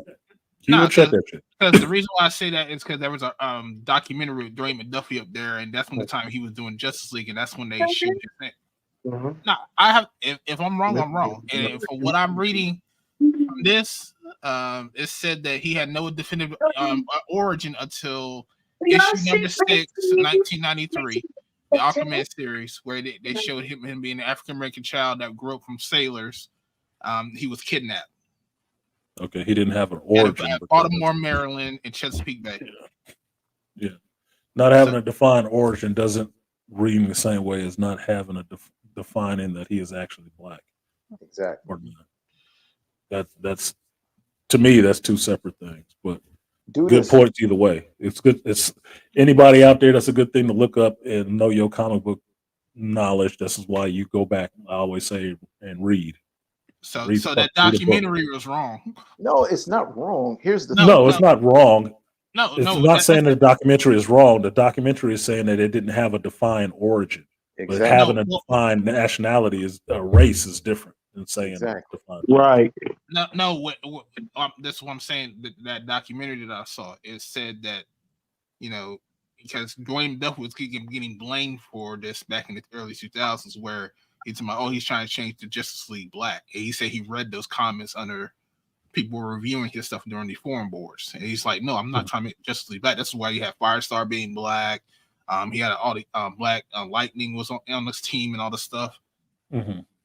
And then that's when they revealed that it was like a big thing back in the early 2000s. Like Black Manta's black. And I was like looking at this documentary. I was like, huh. Do me a favor. You know how You can't motherfuckers argue. go. People freak out about one thing. It's like, oh, they made him black, and then you find out the motherfucker had been black all along. Right. You just found out that he was black, but he been black the whole time. That's I like what think was that shit with Danny Rand? Everybody was bitching when they made the damn Iron Fist show. Like, why he got to be a white boy? He should have been Asian. It's like he's always been white. Yeah, He always. What the fuck are you talking about? He always been white. Danny Rand has always been white. Like, yeah, right. Well, that's the new thing. It's like, oh, why does a white guy have to learn martial arts? Because there was a lot of white guys learn martial arts, just like a lot of black people. So Bruce Lee made a lot of motherfuckers want to learn martial arts. Exactly. Go ahead, bro. No, I'm saying I guess the word version they were talking about is I guess what it's saying here is an alternative version was given in number 8 of the 2003 Aquaman series in his origin, when the boy who become Black Manta was an autistic orphan placed in Gotham City's Arkham Asylum. He felt comfortable in freezing cold water, but had a damn, I didn't know that shit. He was in Arkham. Yeah, that's a different version of him, but that's Right. still just talking about an origin story. And in that origin story, that alternate origin story, he's still a black dude. Yeah. No, but they've been.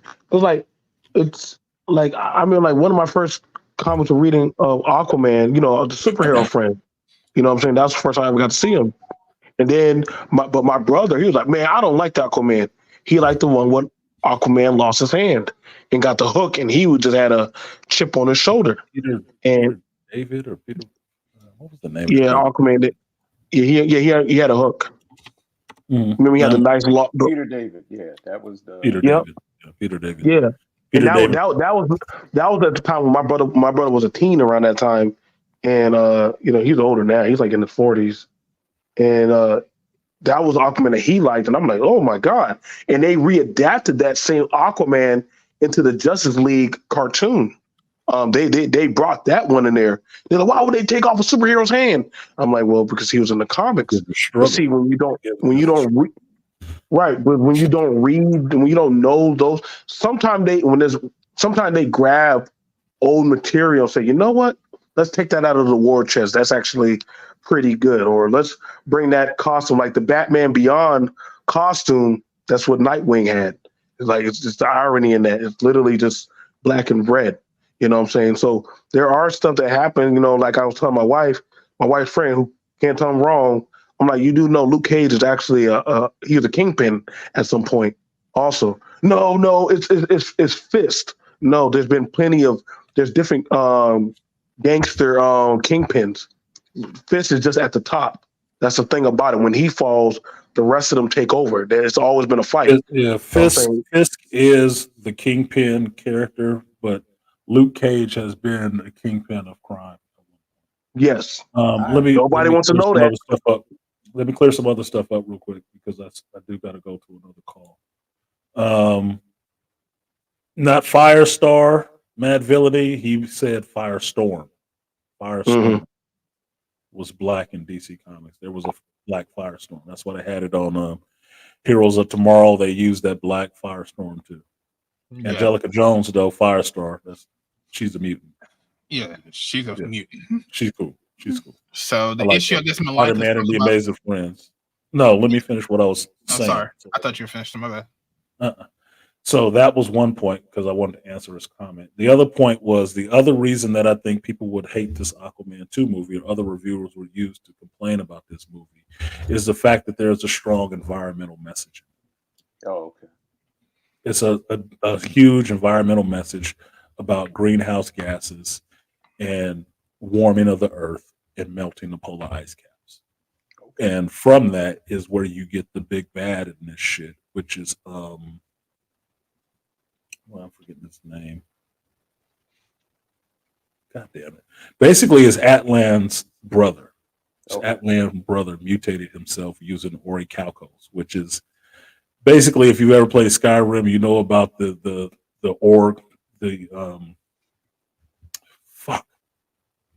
ogre metals that they use.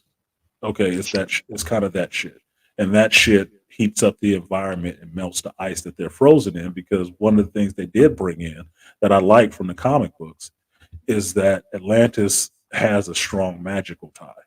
And Atlan put a curse on the motherfuckers with his blood to seal them in ice so they wouldn't keep heating up the earth and whatnot. And so by view of the black trident that Black Manta found, this motherfucking spirit was in him and teaching him how to get this orichalco gas and stuff like that and use it to warm up the earth and melt the ice caps. Now, it was a little heavy-handed how that shit was put in there.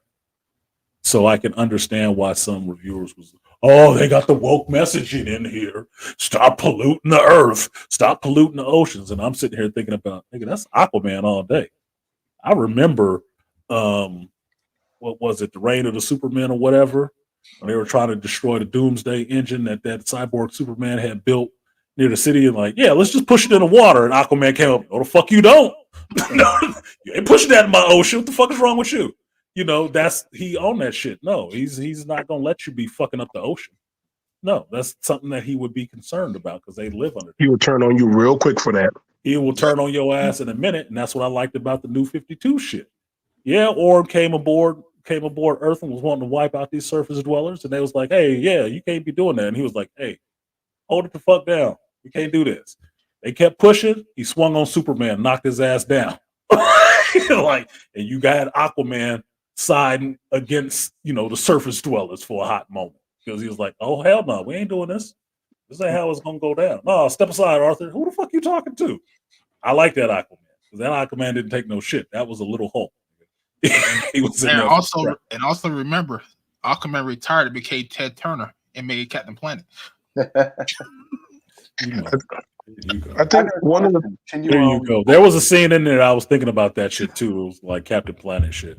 But there was some other stuff took in there because if you look at the big bad in this lost kingdom, which is the seventh kingdom of Atlantis that was missing, it's called Necron. It looks like Return of the King, where all the people that were the kingdom that didn't go to fight against Sauron, it looks like them.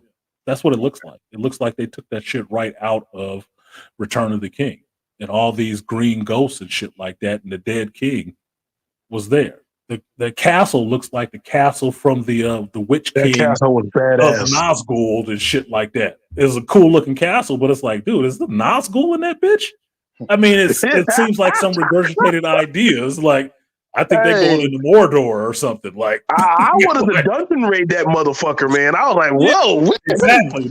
That's what I was saying. Some of this shit was reading like some Skyrim shit right here. Like, I said, is this a Skyrim DLC? If it is, we might need to go in this bitch. Like, check the skies, traveler. So there was some stuff in there that looked like you have seen it before, but some of the other themes in it I thought were straight because I'm understanding when I'm going into this. Whatever this is, it's going to be at least 3 different versions packed into one movie because they cut it up that many goddamn times. Yeah. So it's like sushi where they mix 3 different fucking rolls together. Nigga, you might get some eel, crab meat, cucumber shit. It's like, yeah, it was sushi, but the fuck is this calamari? What the fuck is in this? That's what I'm looking at it for. It's like, okay, some of these things something has to be inconsistent. Something has to be inconsistent. I have a question. Because it's been cut up. I think was it you said was it Adventure Comics 452 that you were talking about, Malika? It might have been. Because I think that's the one I'm looking at right now, where it shows where he removed his helmet. Okay. And after that, I don't think he removed his helmet until 93, for what I'm looking at. He never took that bitch off again. I have he probably freaked out. You can help me with something. It's the one that has the Aqua lad looking like he's getting ready to impale Aquaman, and Aquaman's got a chain around his fucking neck.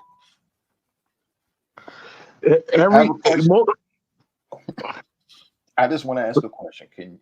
Artisan, I want to share an image. How do you do it here when you're in StreamYard? You do share screen on your side, and then it'll pop up where I can see it, and I'll share it. Problem is, I Mhm. don't have share screen on mine. Are you on your phone, bro? I'm on Yeah, my you do. It says present. Hold on, one at a time. It says present. Even if you're on your phone, you can still present. It should be right near the bottom, next to settings or invite or something like that. It should have a thing that says present. Yeah, present share screen. Mhm. That's how I done video reactions on my cell phone. There it is. Well, that's me. I'm just showing the one I'm looking at, and the comic's actually worth $50 right now. Can you blow that image up, Art? Hold on. Just click on the comic cover. See.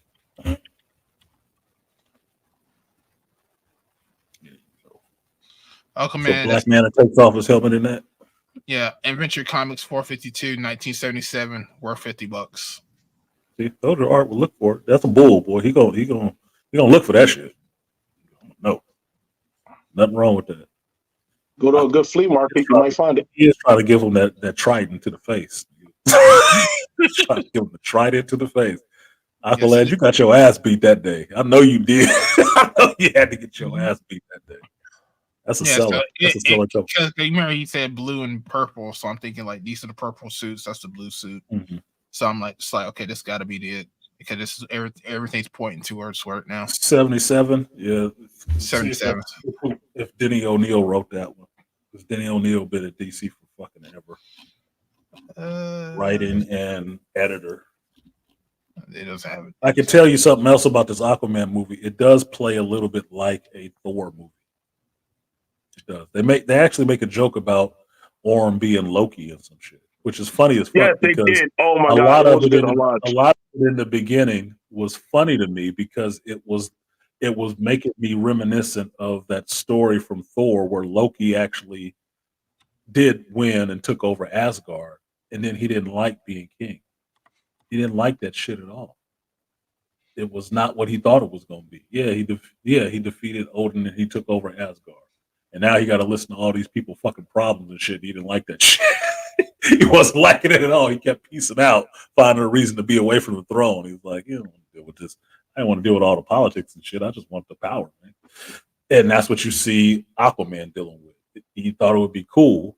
You have an Aquaman who just likes to fight and likes to be out doing shit. And he's having to sit on the throne and listen to all these people's complaints and all the rest of the shit. The motherfucker falling asleep on the throne, sitting next to his chick, like, like snoring and shit. Like, yeah, that's usually what it is when you put somebody, a man of action, on the throne. He ain't ready for that shit yet. Too young. Mm-hmm. Sorry, it's ready to get into some shit.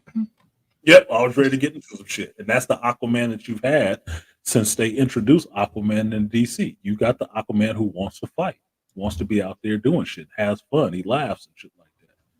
That Aquaman is a little bit more fun.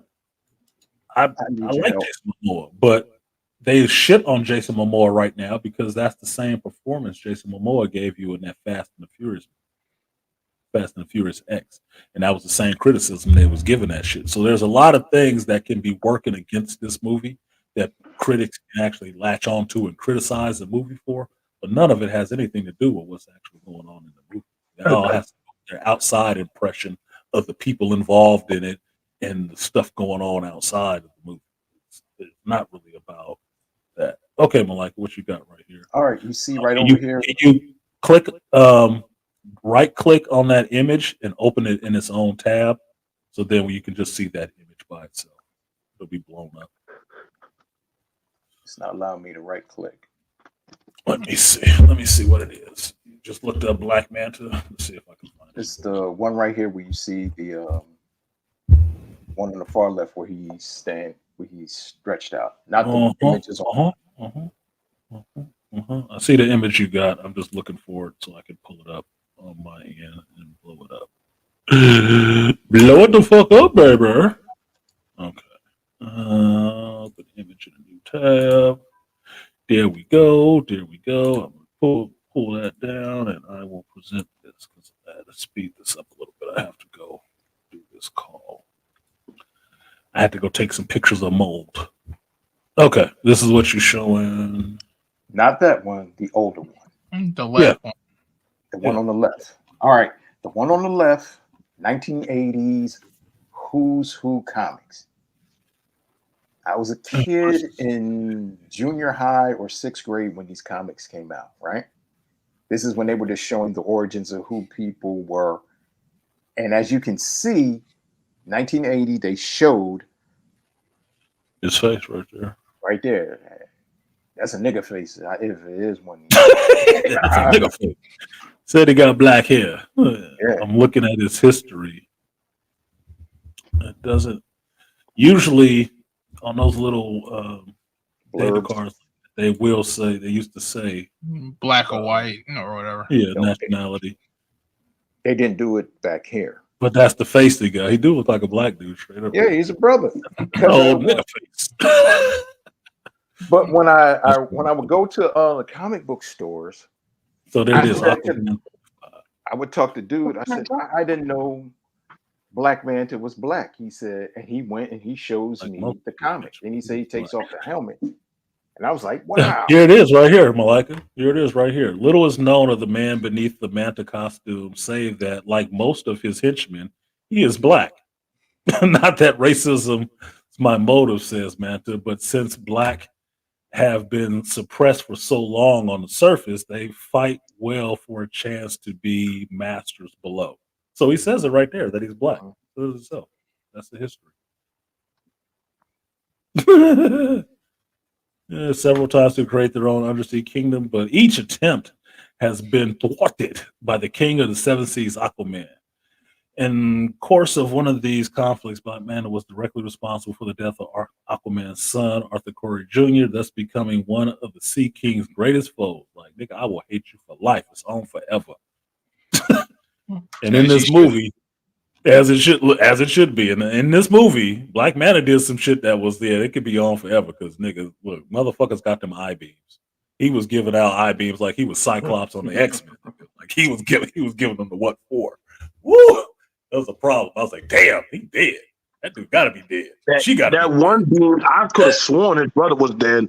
That one beam, I said, yo, bro, he dragged that shit up his whole body. I'm not giving super spoilers, but yeah, that one dude, his brother he just said his brother got shot. I thought Orm was dead as fuck.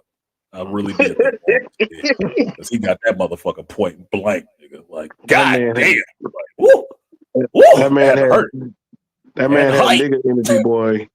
He did have that big dick energy on himself. He was backing it up too. He was like, yo, I can pull it off, man. I was believing him, but I think it was like I said. Is this still a black dude or is this a woman in this bitch? This new it's the art style. Because even in the Young Justice animated show, Aqualad was Black Manta's son. And I was like, what? Like, nigga, what? Yeah, that's the new Aqualad. Yeah, and I mean, shit, everybody liked it. I was like, damn, that's some fucked up shit. Aquaman takes Black Manta's son as his apprentice, and I'm like, what the fuck kind of shit is this? So, I mean, sometimes they'll always rewrite people or reverse them, or you know what I'm saying. But you know what I'm saying. But most of the time, I always know Black Manta. It's the problem with it. These stories go on for so long, and this is what happens when they keep doing different versions of shit and switching it up, because they keep switching it up for a younger generation, and the younger generation gets it, and that's what they think it is. They don't usually go back, like me having to tell BMT, go back and watch. You like Ocean's 11? Okay, go back and watch the original. He didn't even know about that shit because he knows showed them. They didn't know the history. Most people don't usually go back and look for the origin of that shit. They accept whatever they have at that moment as being the origin for it, right? So that's why you have to do your research and go back on that shit and figure it out. Like, yeah, this he up here with the nigga face and the black trident, Black Manta, and the powered up suit. Yeah, this is why they need to start re-releasing all those old shit. They don't do that a lot. This is why they should, which is why they usually don't. sometimes they wait a hell of a long time to do it. I think DC is better about it than doing it than Marvel. But when you see those masterworks or something like that, and it costs like $150 $50, to buy that shit, go ahead and buy it, because then you'll see the original origin of the characters. That's them putting that shit back out there again, so you can see these original origins of the characters. Yeah, the price point is a little bit more expensive, but understand some of the most expensive stuff is usually the most valuable. That's how you get this back in circulation, because they ain't printing out the single issue again. You can't get the original single issue anymore, motherfucker. So you're gonna have to buy it in a Masterworks or a collected edition, so you can actually read those old stories and still have those original pages reproduced, so you can actually see it and read it again. Especially if it's been 50 fucking years since it was last made. That's why I find it interesting when they always crack on Superman. Like, he's so boring. He's the same thing every time. He's the original OG. He's an OG. Like, it's that. What do y'all expect of him? Like, that's the daddy. What makes Superman special is not his powers; it's who he is as a man. Yeah, that's the thing. They had to humanize. I would him. say, hold on a second. I want to say this to Aqua Techie's point, since he's actually remembering some shit and being. He's saying this comment like, word, for one generation, Green Lantern was always black. Exactly. When I sat in the movie theater to watch the Green Lantern movie with Ryan Reynolds, and them two younger dudes in front of me was sitting there arguing about why is this dude white? Green Lantern's always been black. Because they grew up in the cartoon. That's all it was always John Stewart. They never knew that there was a white Green Lantern before him and one before. They never knew about Alan Scott. They didn't know that shit. But that's what they know. So this is Gardner. No, the original Green Lantern was white. Oh, you one of them Uncle Tom ass niggas. No, I'm somebody older than you dumb fuck. That understands, like, yeah, John Stewart is awesome, but he wasn't. But what cracks me up is, you know what cracks me up though? When you present funny with the information. No, this is the real thing, but they don't want to. They don't want to believe anything that came before them. That's part of the generation too. I remember there was this kid that was homo. Yeah, they made Aqualad, the black one, homosexual, because that's a tale of the time frame and when that character was created. Why they always got to make brother zesty face, blue white eyes. Yeah, hey, he always gonna be super dreads at first, and he had some dreads. Yep. When he first came out, he had dreads, so I was like, if you got dreads. But that was later when they did that shit. They was like, yeah, we're gonna make him zesty. Yeah, made him zesty. What do we call it? What did I call? I had a joke for that shit when they came out with that cover and they had him on the cover kissing some dude or some shit like that. The wet boy cover or something like that. Yeah, it's like, oh my god, not that wet boy cover. You can't sell that. Nobody's gonna buy that shit. Yo, white dude bought it, but he was zesty himself. He was the only one who bought that shit. Hey, this is funny. He said, my niece took a drug test today for a job. They pulled the hair from a wig. She started Monday. These dumb motherfuckers, boy. She starts Monday. Yep. She would start one day if they pulled that wig here. Did it come back as 100% synthetic? A Hawaiians, a Thai silky. Motherfucker. Stupid motherfuckers. Oh my god. Yeah, Aqua Techie. Oh my god. Exactly. Why did we not think of that, brothers? Why didn't we think of just going in there wearing a fucking wig? A blonde one at that. Let them pull that shit and drug test it. Anyway, that was my things that I thought people would actually have a problem critiquing the Aquaman movie that they thought was an issue.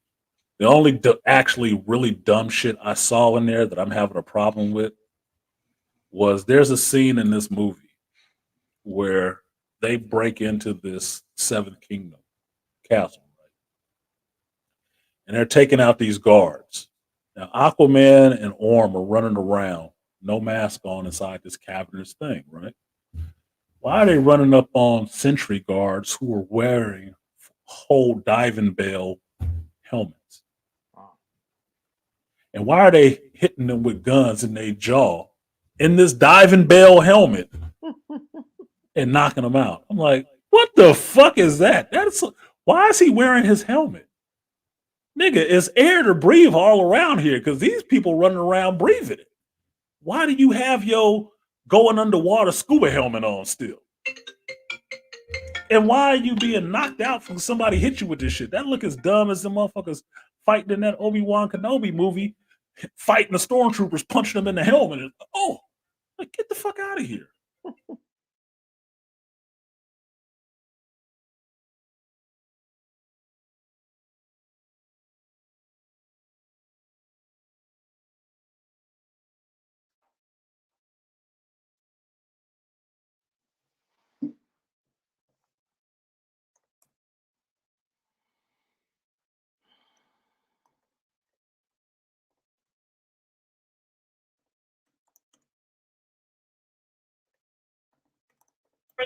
Go ahead, Art.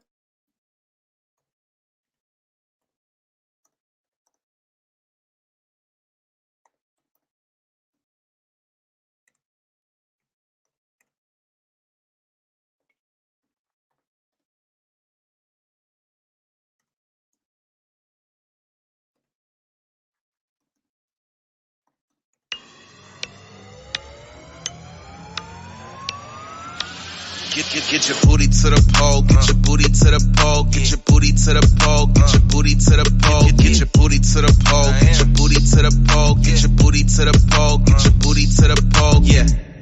Did we get your attention? Good. Get your booty to the pole. Get your booty to the pole. Get your booty to the pole. Get your to the pole, get your booty to the pole, get your booty to the pole, get your booty to the pole, get your booty to the pole, get your booty to the pole, get your booty to the pole, get your booty to the pole, get your booty to the pole, get your booty to the pole, get your booty to the pole, get your booty to the pole, get your booty to the pole, get your booty to the pole, get your booty to the pole, get your booty to the pole, get your booty to the pole, get your booty.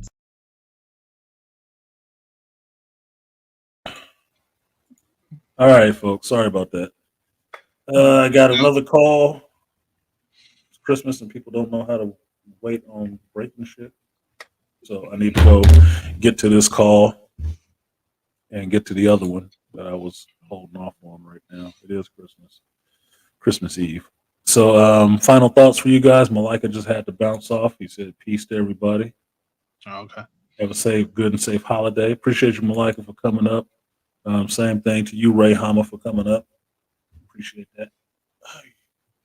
But you guys got some final thoughts so I can get out of here and go take care of this shit and get back home to kill some enemies. Niggas. That's about it. But hopefully see you two gentlemen on the Dark Zone. I'll be waiting. Mm-hmm. Just send me a text and I'll be on. Yeah, I'll hit you as soon as I get on because these should be pretty quick calls. But after that, I'm getting the fuck out of here. There should be no reason for people to be calling on Christmas Eve for anything. All right. Peace, guys. Peace. Appreciate your art. That was the art of Itmore. Doughboy in the building, dropping off the brioche. And fuck with your boy. Brioche deal. What up, BMT? You got some final thoughts? Run out of here and go take care of this business. There? Not there. I'm calling not there. I like how my little background stopped moving after a certain number of times. It just stops. Freezes. Somebody else wants artists to work. Yeah, somebody else wants me to work on Christmas Eve. Yeah, they do. Oh, I didn't think anybody would have to come out today. Like, how the fuck can you call for a water leak? We got to deal with that right now. Why would I wait till Tuesday? So your whole house could be flooded? Anyway. All right. I think BMT stepped away, so I'm going to drop BMT. Remove him. He's in the back. BMT, you can drop out when you get a chance. But that's it. I didn't think Aquaman was too terrible. There was some dumb shit in it, but I didn't think it was too terrible. I actually enjoyed it. Um, like I said, I saw it with the professor. She enjoyed that shit too, and she's not a comic book fan at all. She likes Jason Momoa, and that's why she went to the movie to see him. But she didn't hate the shit. So cool. So I got the opinion of somebody else who's not in the comics, watched it, and what they thought of it. She enjoyed the shit. She also enjoyed Rebel Moon too. So for what it's worth. Me, I kind of enjoyed it. It was fun. I laughed in it. I was entertained for the time that I was in there. Amber Heard didn't ruin anything for me. Did, but fighting guys with scuba helmets on when there's plenty of breathable air all around them was kind of dumb to me. That was kind of fucking dumb to me. Didn't understand how that even made it through. Whatever. But with that, I'm gonna go ahead and get out of here. You can look for that review for that, and possibly a watch for Rebel Moon probably tomorrow. Because if I get home in time tonight, I'm gonna game with Art and BMT. Maybe I'll live stream that. See how the internet connection is working.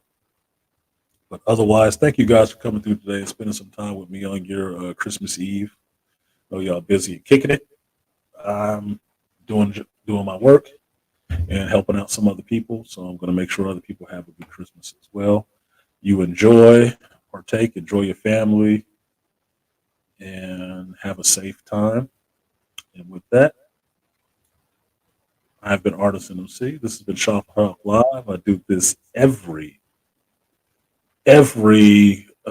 Sunday, 11 a.m. until it's over, rain or shine, at work or not at work. I see you in the back, Ray Hama, but I'm closing it out right now.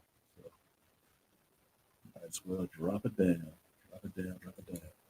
But I appreciate you guys coming through. Definitely like the stream. Definitely sub to the channel and click the bell because I do go live at random times during the week.